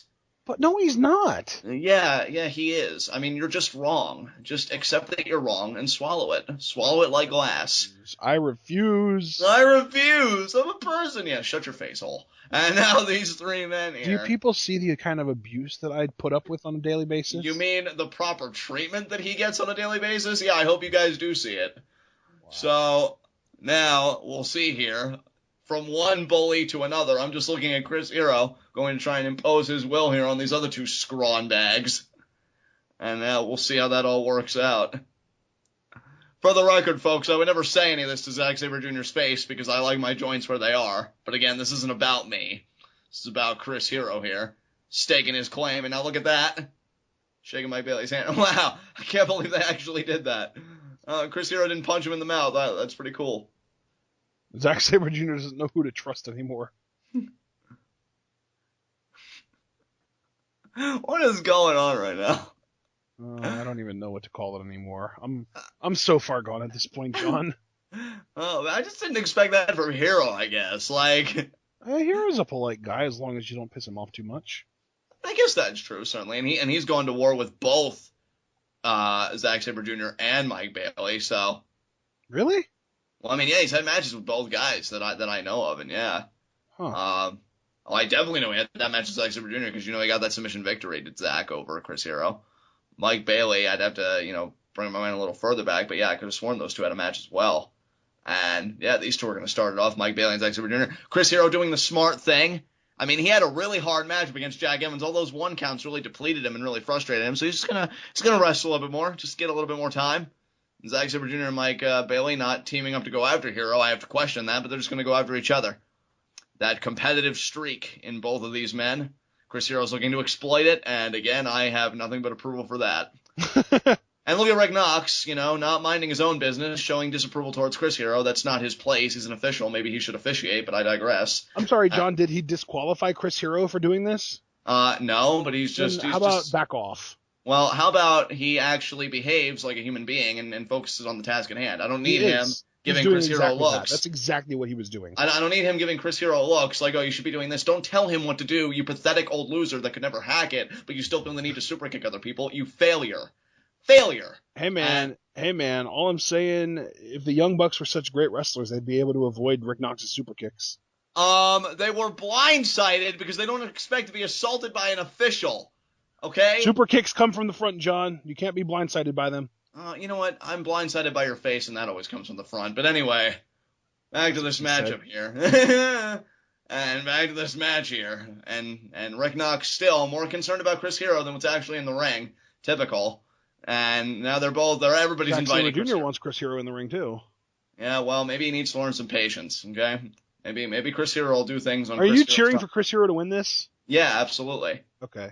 I associate with winners, so by nature, of course, Chris Hero's going to get. All three of these guys are winners, dude. All three of them won 3 matches to get here. Yeah, but Mike Bailey's just kind of like a poor man's Karate Kid, and Zack Sabre Jr. Well, I wouldn't have too many qualms with him winning, but it's just really, when it comes to those two anyway, it comes down to a personal preference for Hero, so. And actually, I kind of feel like, I feel like all three of these guys have had title shots at Roddy Strong since he won the title. Yes. That's kind of cool to think about. Chris Hero, I don't think Chris Hero, though, to be fair, because, I know Mike Bailey and Zack Sabre Jr., they got one-on-one matches with Roderick Strong. I remember Chris Hero getting his in a triple threat. And then Cage was also a part of that, actually. Yeah. So, Chris Hero didn't get a one-on-one opportunity. So, yeah, not only that, I feel like he has a legitimate claim to this. And look at Chris Hero there with the head scissors on Mike Bailey, but also getting caught in the arm by Zack Sabre Jr. Everybody's doing something to somebody. And now, and now Zack Sabre Jr. firmly in control of everything. Oh, you got to be kidding me here. This is disrespectful to Chris Hero. Yeah, Chris, fight out of it. He knows what Zack Sabre Jr.'s biggest weakness is. That's the same submission that he couldn't get out of when Ricochet was using it. That's a great point there, Ashton. How hard is Mike Bailey? Oh, my God. Wow. ZSJ in control again. Oh, and look at that. He kicks Bailey's leg out from under him. Oh, just everyone. Everybody going for holds on everybody else. And now, Chris Hero, though, maybe in the dominant position because he got the vertical. Oh, nice. Breaks the chain and keeps controlling Zack Sabre Jr. Now what's Mike Bailey going to do? Because Mike Bailey kind of has an advantage here because he gets to decide what he wants to do here, and that's the position he chooses. Zack Sabre Jr. I think that's smart. Gang up on the guy. I mean, even though Chris Hero is vicious and malicious, I won't lie. I do think Zack Sabre Jr. may be the most dangerous competitor in this match, and that's really saying something given an Indian Deathlock. You see that? Oh man, beautiful form. Zack Sabre Jr. is so vulnerable right now. I'm pretty sure I've never seen an Indian Deathlock combined with someone else doing something to the guy's upper body. Yeah, that's definitely new. And now look at Mike Bailey. They're bending the arm back in the hammerlock.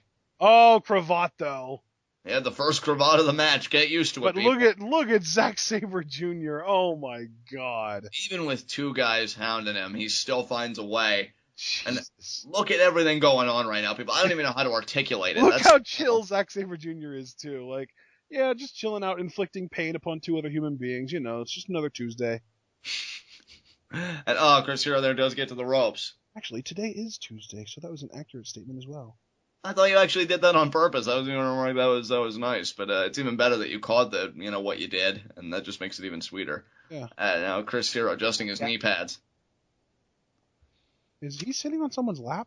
Oh yeah, so Mike Bailey can do that without judgment, but God forbid Chris Hero takes a breather, and suddenly Rick Knox has a problem with it. That's just great. That just really. He's admonishing Mike Bailey as well. Well, he better. He is. See, look right there. He is. I'll tentatively give him credit for that, but I still hate your face. Oh, look at this. Yes! Count it 2. Oh, now hit him with the elbow. Just more admonishment, I guess. Chris Hero playing mind games. He will eat a discus elbow before this is over, I hope. You really think so? I hope so.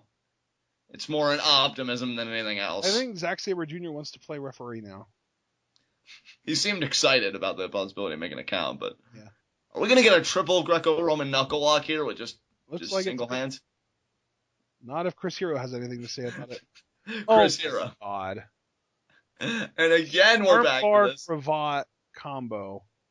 Oh, but look at Zack with the fingers. Bending the back. Oh, my God.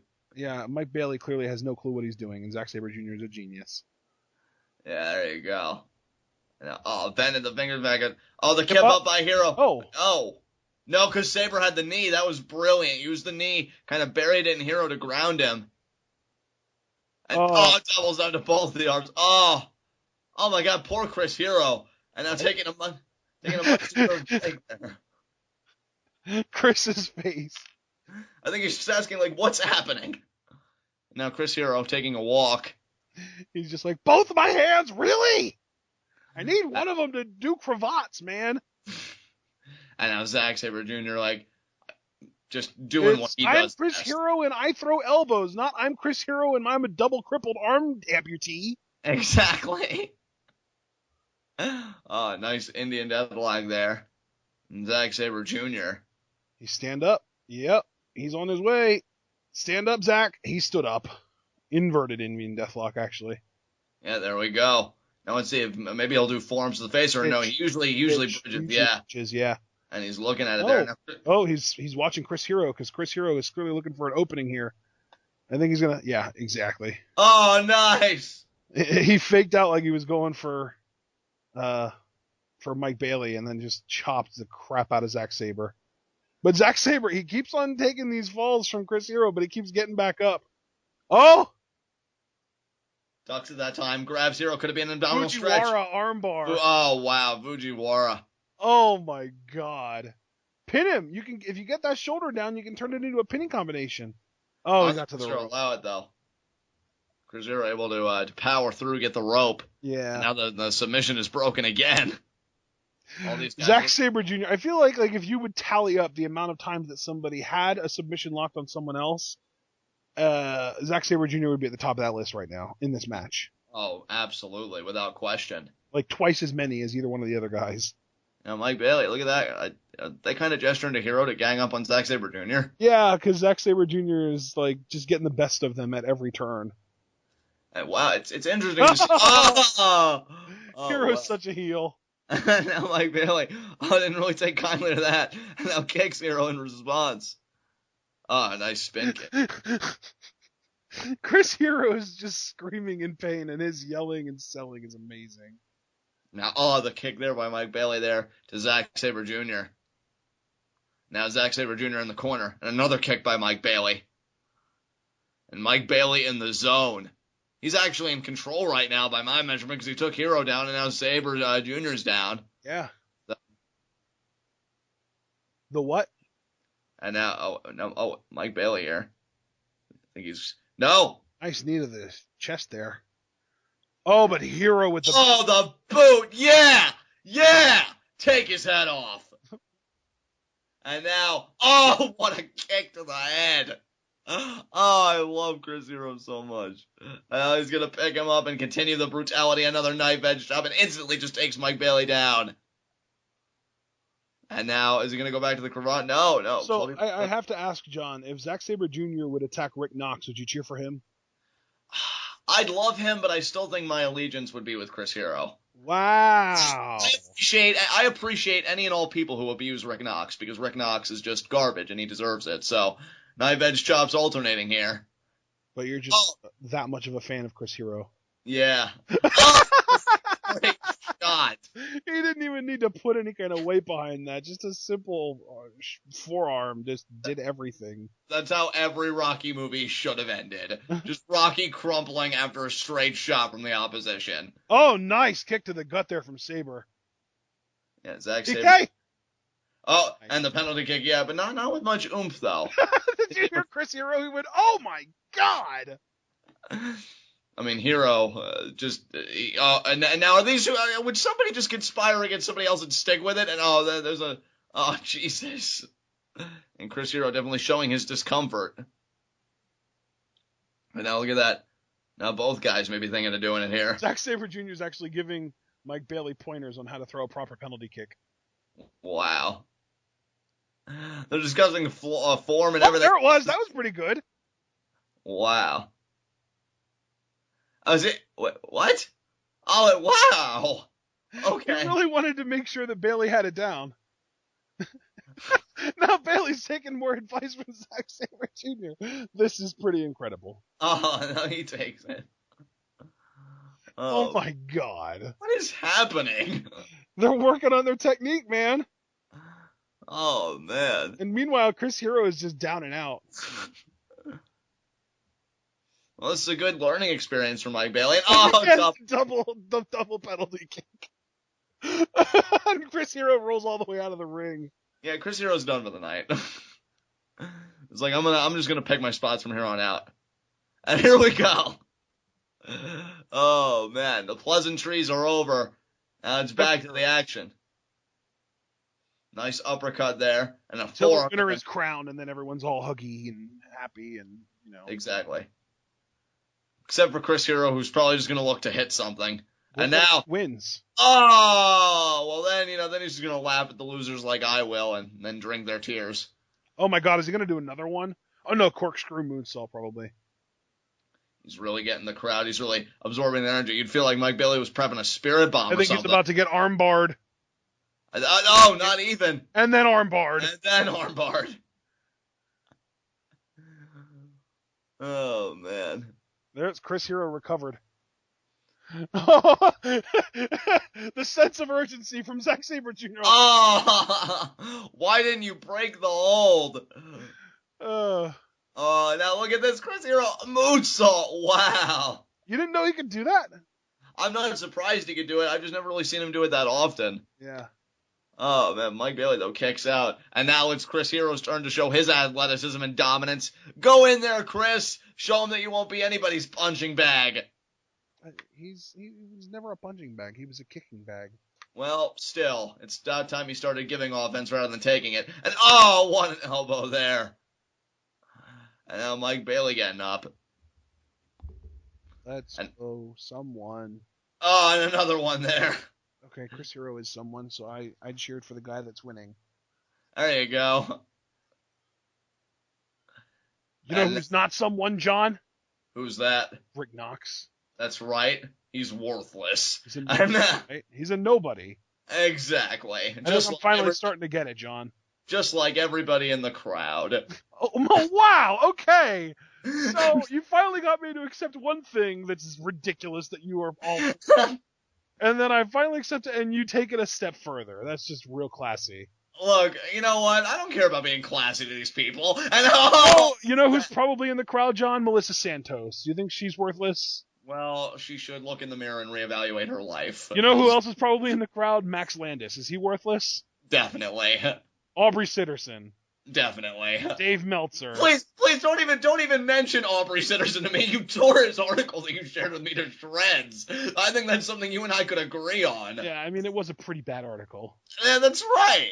But that doesn't mean that he's worthless. Yeah, it does. He needs to hide his head in shame and cry about it. Wow, you're going full heel on right now. And then maybe shill for those Patreon donations. And Chris Hero got another elbow to Zack Sabre Jr.'s face. And just as shameless as I'm being right now, so is Chris Hero with how he just blatantly likes to induce punishment. So, what if like Rich Swann was in the crowd? Would you still think he's worthless? Well, I think he needs to get on NXT already so I could cheer for him to become the next NXT champion. What if Mount Rushmore was in the crowd watching this? Well, look, Mount Rushmore owns the crowd. They know that the crowd is garbage. They're better than them, and so they're in the crowd to flaunt their superiority. There's a difference, and now Mike Bailey turning the tide here. I wish Mount Rushmore 2.0 would come out because I enjoy watching them abuse Rick Knox the most. And oh, what a kick there by Zack Sabre Jr.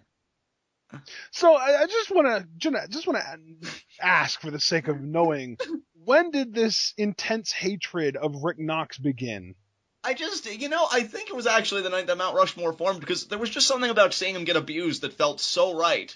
Like changing the channel on those sad animal commercials.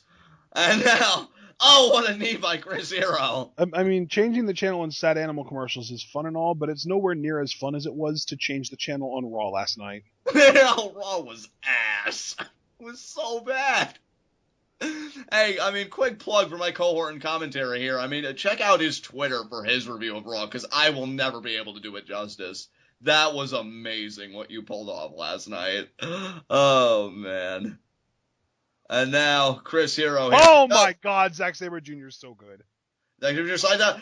Is he going to do it? No, Kimura. Octopus. I was thinking he was going to do a Hurricane Rana, but yeah, it goes right back to the submission hold. And it's not even a Kimura like I thought. Like you said, it is an octopus stretch. Oh, my God. Zack Sabre Jr. is incredible. I mean, in all seriousness, I can never take anything away from Zack Sabre Jr. He is a second-to-none athlete, 1 in a million athlete. An athlete? I think Chris Hero is the best athlete in this match. Zack Sabre Jr. is just such a good wrestler.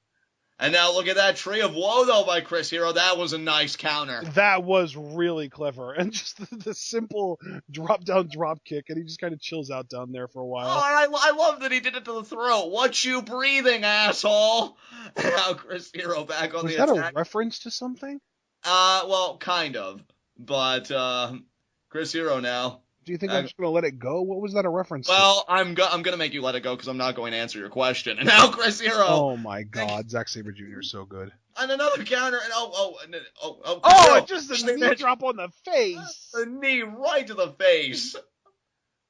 And now, is he going to go for a pile driver here? Probably.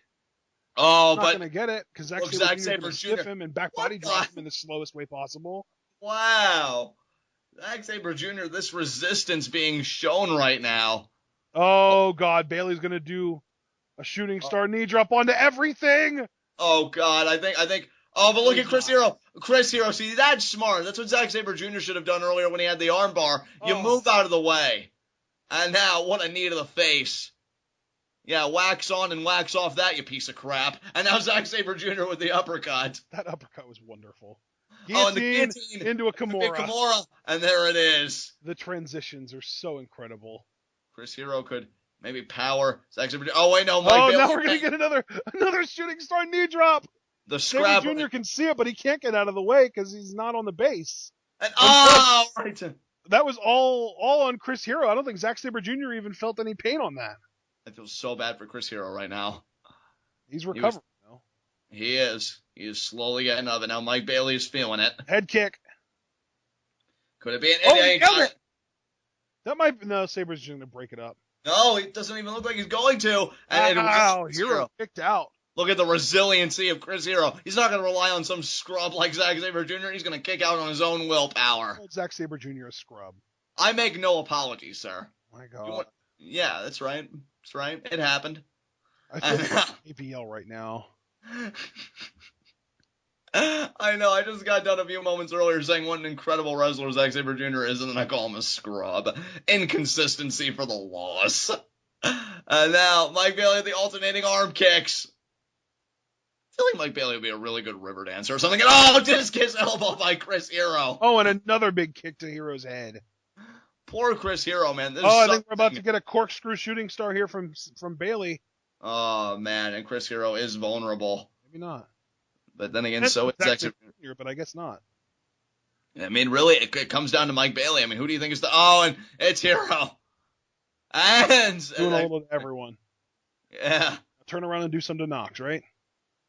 Well, yeah. Just for the hell of it. Just to keep the ball rolling. And again, these kicks. And then right to the head. But Zack Sabre Jr., though, still in a kneeled position. And hell, Hero didn't even go down completely. No.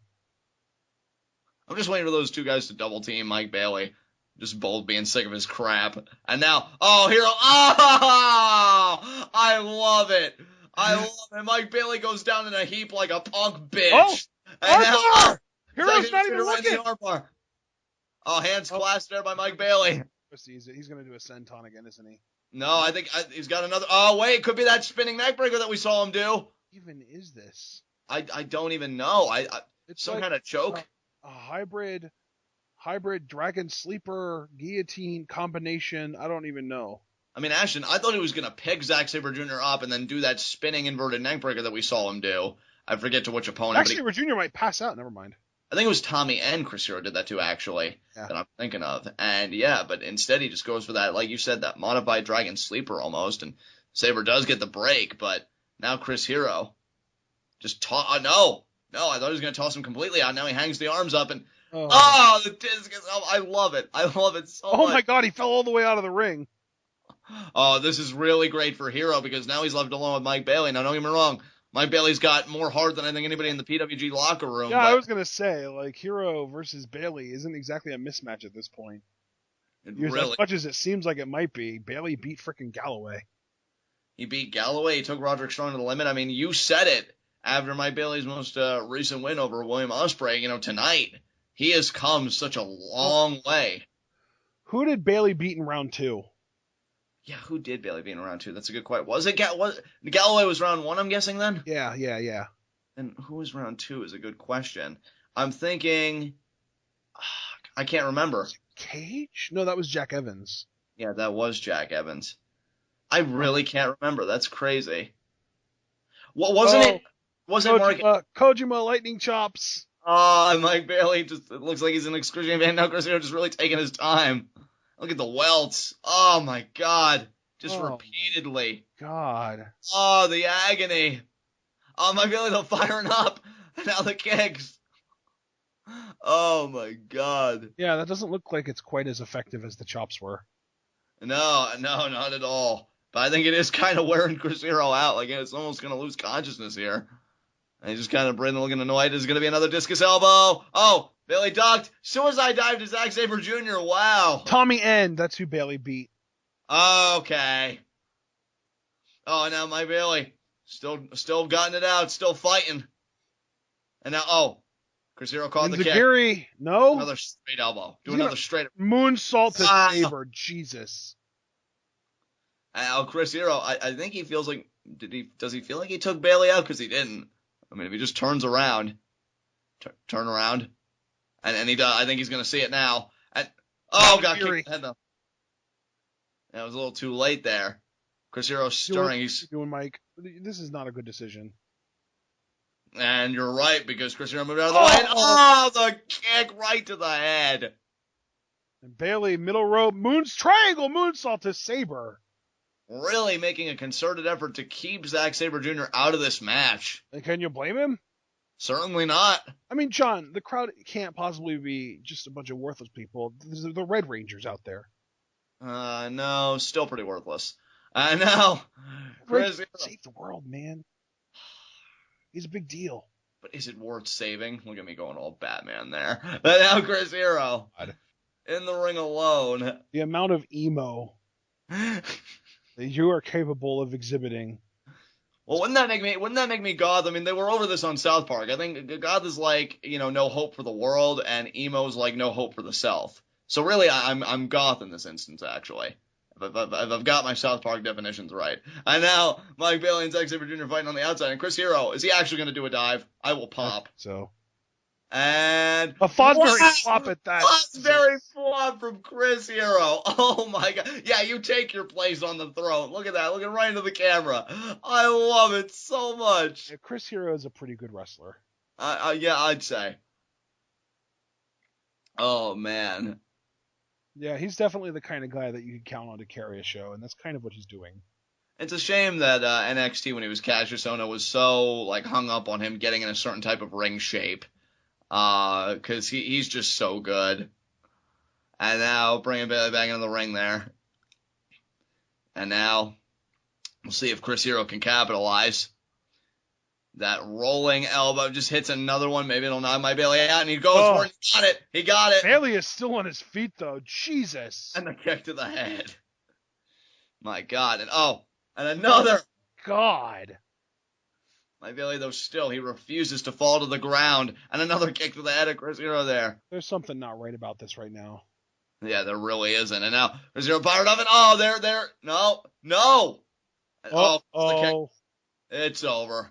And there it is. Fall. Pile driver. No. Jackknife. No. 1, 2. No. Oh. Come on, Hero. Pile Yes. driver. Yes. Just such a short drop, too. Now, Knox, do your drop, damn heavy job landing. and count the They hit a neutralizer or a gotch-style pile driver here now, isn't he? That's fine. No, look at that. The power spikes it, and he's still getting the Look at Rick Knox, though. He's covering his mouth like someone just got murdered. Oh, yeah, so obscene. Hold a telethon, Knox. And now. Gotch. He's going to finish it. He's going to finish it like only he can. There's no Zack Sabre Jr. Cradle, pile driver, throwback to Jerry Lynn.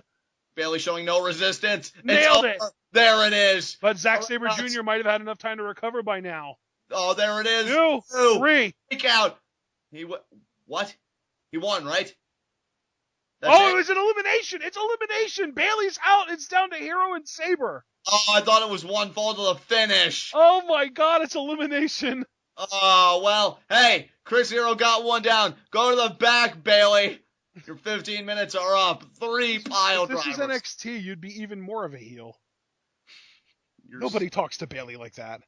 I know, right? Sasha made Izzy cry. That was amazing. And now, Bailey sent his scrub ass to the back, and now Chris Hero can recover. And Zack Sabre Jr., you did make one good point. Zack Sabre Jr. probably had a lot of time to recover during that sequence. So Chris Hero. Yeah. And knowing now that it was elimination, it makes sense for him to take as much time as he needs to recover. Yeah. I wish we would have known that before. It would have really changed my perception. Not necessarily the outcome. I'm still all Chris Hero, but I think it does change the game a little bit, knowing this elimination style. Not really so much urgency in breaking up pinfall attempts or submission attempts. Oh! That's not good. Immediately going after the arms, both arms of Chris Hero. Oh, but Hero he knows what Chris Hero does best, and that's throw strikes using his arms. Oh, armbar! He got caught. And now, look at that, keeping the hands clasped. Nice chops. Wow. Hero gets to the ropes, though. Who is going to get their chance at Roderick Strong? Is Zack Sabre Jr. going to get a rematch, or is Chris Hero finally going to get a one-on-one match? Because, again, his only opportunity was in a triple threat and involved somebody else. So we will see here. Come on, Chris. Fight through the pain. Knock Zack Sabre Jr. out and get your title shot. Do another one of Kimura. No. He's got it. He's got it that time. I don't think he got the positioning he wanted the first time, but that is cinched in. Oh, but now look at Hero's strength. Oh, yeah, showing that power. Might get a brainbuster here. Throwback to his old friend Generico. Yeah, spike him. Beautiful brainbuster. Oh, amazing. Goes into the cover 1. 2. And, just barely gets his left shoulder up. And I can't believe I'm going to do this, but Rignox actually had good positioning there. I'm feeling my stomach lining eroding from the acids, but I'll deal with it. And now Chris Hero's going to have to capitalize. You know, stomach acid is ever present. Well, your face is ever present, and that also gives me indigestion, but I digress. Now, Chris Hero going to try and capitalize. Oh, man. Let's see what he can do here. And, oh, look at that. Look at that. He knows that this is getting hilarious. Now, yeah, just wash the sole of your boot with his face. Just kick him like he's nothing. And Zack Sabre Washing Jr. his face with the sole of his boot. Get it straight. Hey, what matters is Chris Hero's in control. That's true. Oh, man. And now Zack Sabre Jr. just kind of slumped, one arm on the rope there. And now Chris Hero's going to take him to the top rope. Could it be a superplex? Or maybe it'll just be a million discus elbows first. Oh, my God. I mean, he hit one already. Yeah, and look at that. Zack Sabre Jr. so rocked. You always got to worry about falling off that top rope and onto the floor, but Zack Sabre Jr. holding on to the ring post. And now Chris Hero. Or you know what else he could do? Cravat. Maybe cravat, or I was even thinking a pile driver. We saw him do it before. I mean, the stakes don't get any higher than this. You do anything you have to. Oh, but Zack Sabre Jr., though, with the control of that arm. Oh, God. Oh, poor Chris Hero. Oh, that arm just contorted. And now Zack Sabre Jr. in control here. Oh, the elbow. Yes! And now look at the positioning. If Chris Hero wanted to, I think he could pile drive Zack Sabre Jr., and I think he's thinking about it, Ashton. I think so, too, yeah. He's thinking about it. He's going to do it. It's gone from thinking to doing. If he hits this, I can't see how Zack Sabre Jr. would kick out. Zack Sabre Jr.'s got to resist if he wants to stay in this thing. Or just push through and kind of drive Heroes back onto the mat. Now look at this. Sabre came back too, and now he's kind of doing some of the arm manipulation stuff again. Are we going to get a sunset flip powerbomb? We might. Sunset flip. Is he going to do the powerbomb, or is Hero going to fight out of it? Oh, Chris Hero with that slap. Him. But he's still stuck there. And yeah, that was genius. So smart. Yeah, that was genius. I have to give Zack Sabre Jr. credit. You just tumble the tree down, hit it right at the root, the leg, couldn't keep the support, and he just comes crashing down like that. Oh, and the penalty kick. Oh, but Hero's just angry. Oh, and oh, what a discus elbow. Goes right to the cover, too. Oh, that was close. That looked like a fast count, too. Oh, that was so close. Rick Knox is trying to help Chris Hero win. For once in his life, Rick Knox is doing something right. You mean for the second time in his life? What was the first? He being in the right position on the last pinfall? Yeah, I guess. Ew.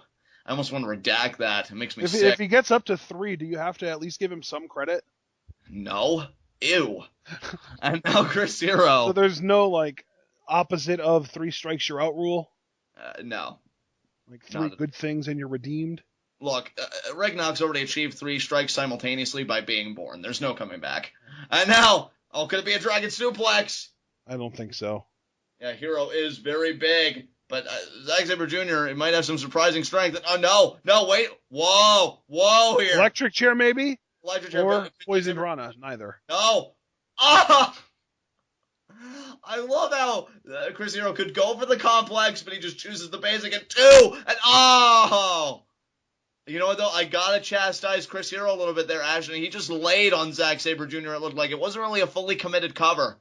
It was just like he hit the elbow. Is that really just because he chose not to cover him, or because he just didn't have it in him to fully and to your point, I don't think he had it in him, but you gotta find it in yourself when the stakes are this high.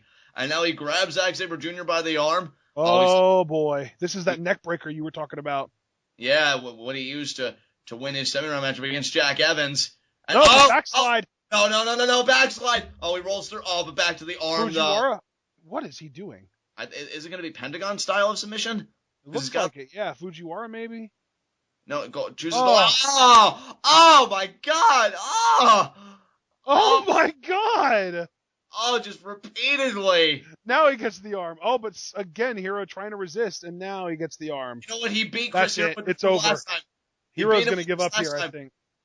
This is the same move he beat Chris Hero with last time. Does Chris Hero have an answer this time? Yeah, he does.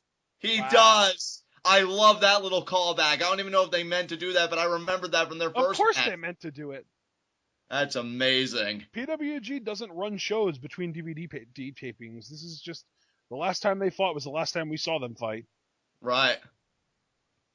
And now Chris Hero had an answer for it this time. He stays in it. And that's what I'm talking about, being resourceful in times like these. But again, though, Sabre Jr. doesn't have to relent on that arm, and he's not going to.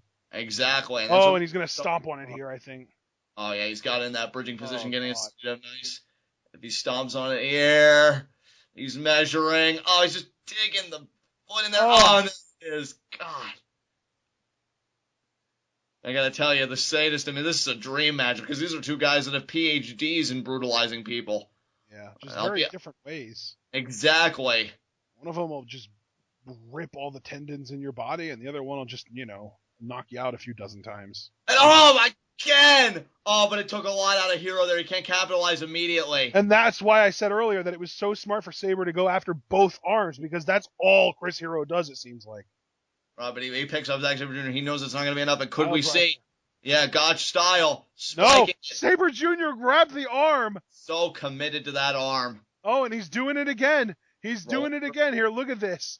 The same exact submission that he's used before. Oh, my God, and the head stomps. Oh. Oh, my God. That's it. He gave up. Zack Sabre Jr. is the winner of BOLA 2015. Oh, my God. That submission is so brutal. One of the most devastating maneuvers I think I've ever seen, because you figure the kicks in the head, just everything. I don't know what that would hurt more, the arms and shoulders that are getting separated, or the head that you're getting kicked in and you can't defend because your arms are being restrained. Exactly. I mean, actually, I give Chris Hero credit for just escaping it once. Yeah. But I don't think I'll ever meet a man that can escape it twice. No. And Zack Sabre Jr., I think, knew it. And because of that, I think now Zack Sabre Jr. might have a new strategy for his next match with Roderick Strong. Yeah, because I don't remember him pulling out that move against Strong. No. And that might be the secret weapon. That might be the X factor that brings home for Zack Sabre Jr. the PWG World Championship. And you see now he's celebrating with the BOLA trophy. Getting You Deserve It chance, and he really does, because he is a phenomenal wrestler.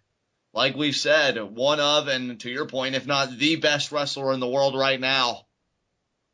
And he's still got one more guy left to prove it to, and that's Roderick Strong himself. Yeah. I think he already broke the trophy. That didn't last long. And now Chris Hero. Hero. Hero has something to say. What's this here? He said you deserve this shit, by the way. Oh, nice. Classy. That was a class act by Chris Hero. Oh, what else is he going to say? You didn't deserve this? I could have beaten you and then get locked in that submission again and knocked out? I think that submission may have taught Chris Hero some humility. Yeah, it definitely seems like it. And now... What an image. And you now... know who's part of the image, John? Rick Knox. That makes me sick. So as I'm fighting back the bile... The story here is Zack Sabre. Yeah. And oh, wait a minute here. Look at this. Who is that? Roddy. That's Roderick Strong. Oh, wow. Zack Sabre Jr. saw it coming. And that's what it's all about. A PWG championship. Do you know when the rematch will take place? Like at the next event, or just PWG? I think their next event is in November, but I'm not sure. Right. Which is unfortunate, because it means we won't get it until December, possibly January. Yeah. Oh, and now Roderick Strong is saying, yeah, you want this, come take it. And Zack Sabre Jr. saying, I will. I will, yeah. Let me recover from the 3 matches I've wrestled tonight. Yeah, we're definitely not going to do this right here, right now. I mean, it wouldn't surprise me if Roderick Strong wanted to kind of abuse that power. I mean, I hate to be that guy, but I feel like BOLA could have been split up into 4 shows rather than just 3. Yeah. You could have had your... Oh, never mind. Hang on. Roddy's talking. Wow. I think he's calling for it right now. No, he's not. Okay. He's telling him that when he comes back, Roddy's going to beat the living shit out of him. And he definitely will. You know why? Because Mount Rushmore 2.0 reigns supreme. Yeah, didn't you say that about Chris Hero, too? And how did that work out? This isn't about me, okay? I didn't make it about you. I made it about your opinions on wrestlers. Which is an extension of me, so... Oh, my God. Yeah, I'm right, as per usual. And now Rick Knox... John, so it doesn't matter if you're right. Rick Knox exiting the ring as he should. There should be no garbage in the ring at present. And Zack Sabre Jr. Well, I'm surprised you're not saying something like, oh, that trophy is garbage in the ring. Blah, blah, blah. Well, Zack Sabre Jr. celebrating that trophy signifies a future world title shot. But we'll see now if Zack Sabre Jr. can make the most of it. But I'm really very much looking forward to their rematch. Yeah, their first match was I'm not so sure good. When the next PWG show is, actually. Well, their first matchup was so good, and I think you and I were both amazed that Roderick Strong was trying to go hold for hold with Zack Sabre Jr. and having relative success. So seeing a rematch would be amazing, and we're going to get it now. So happy days here at PWG. Definitely. I think Zack Sabre Jr. would make a fine PWG champion. So certainly I wouldn't have any bones about that.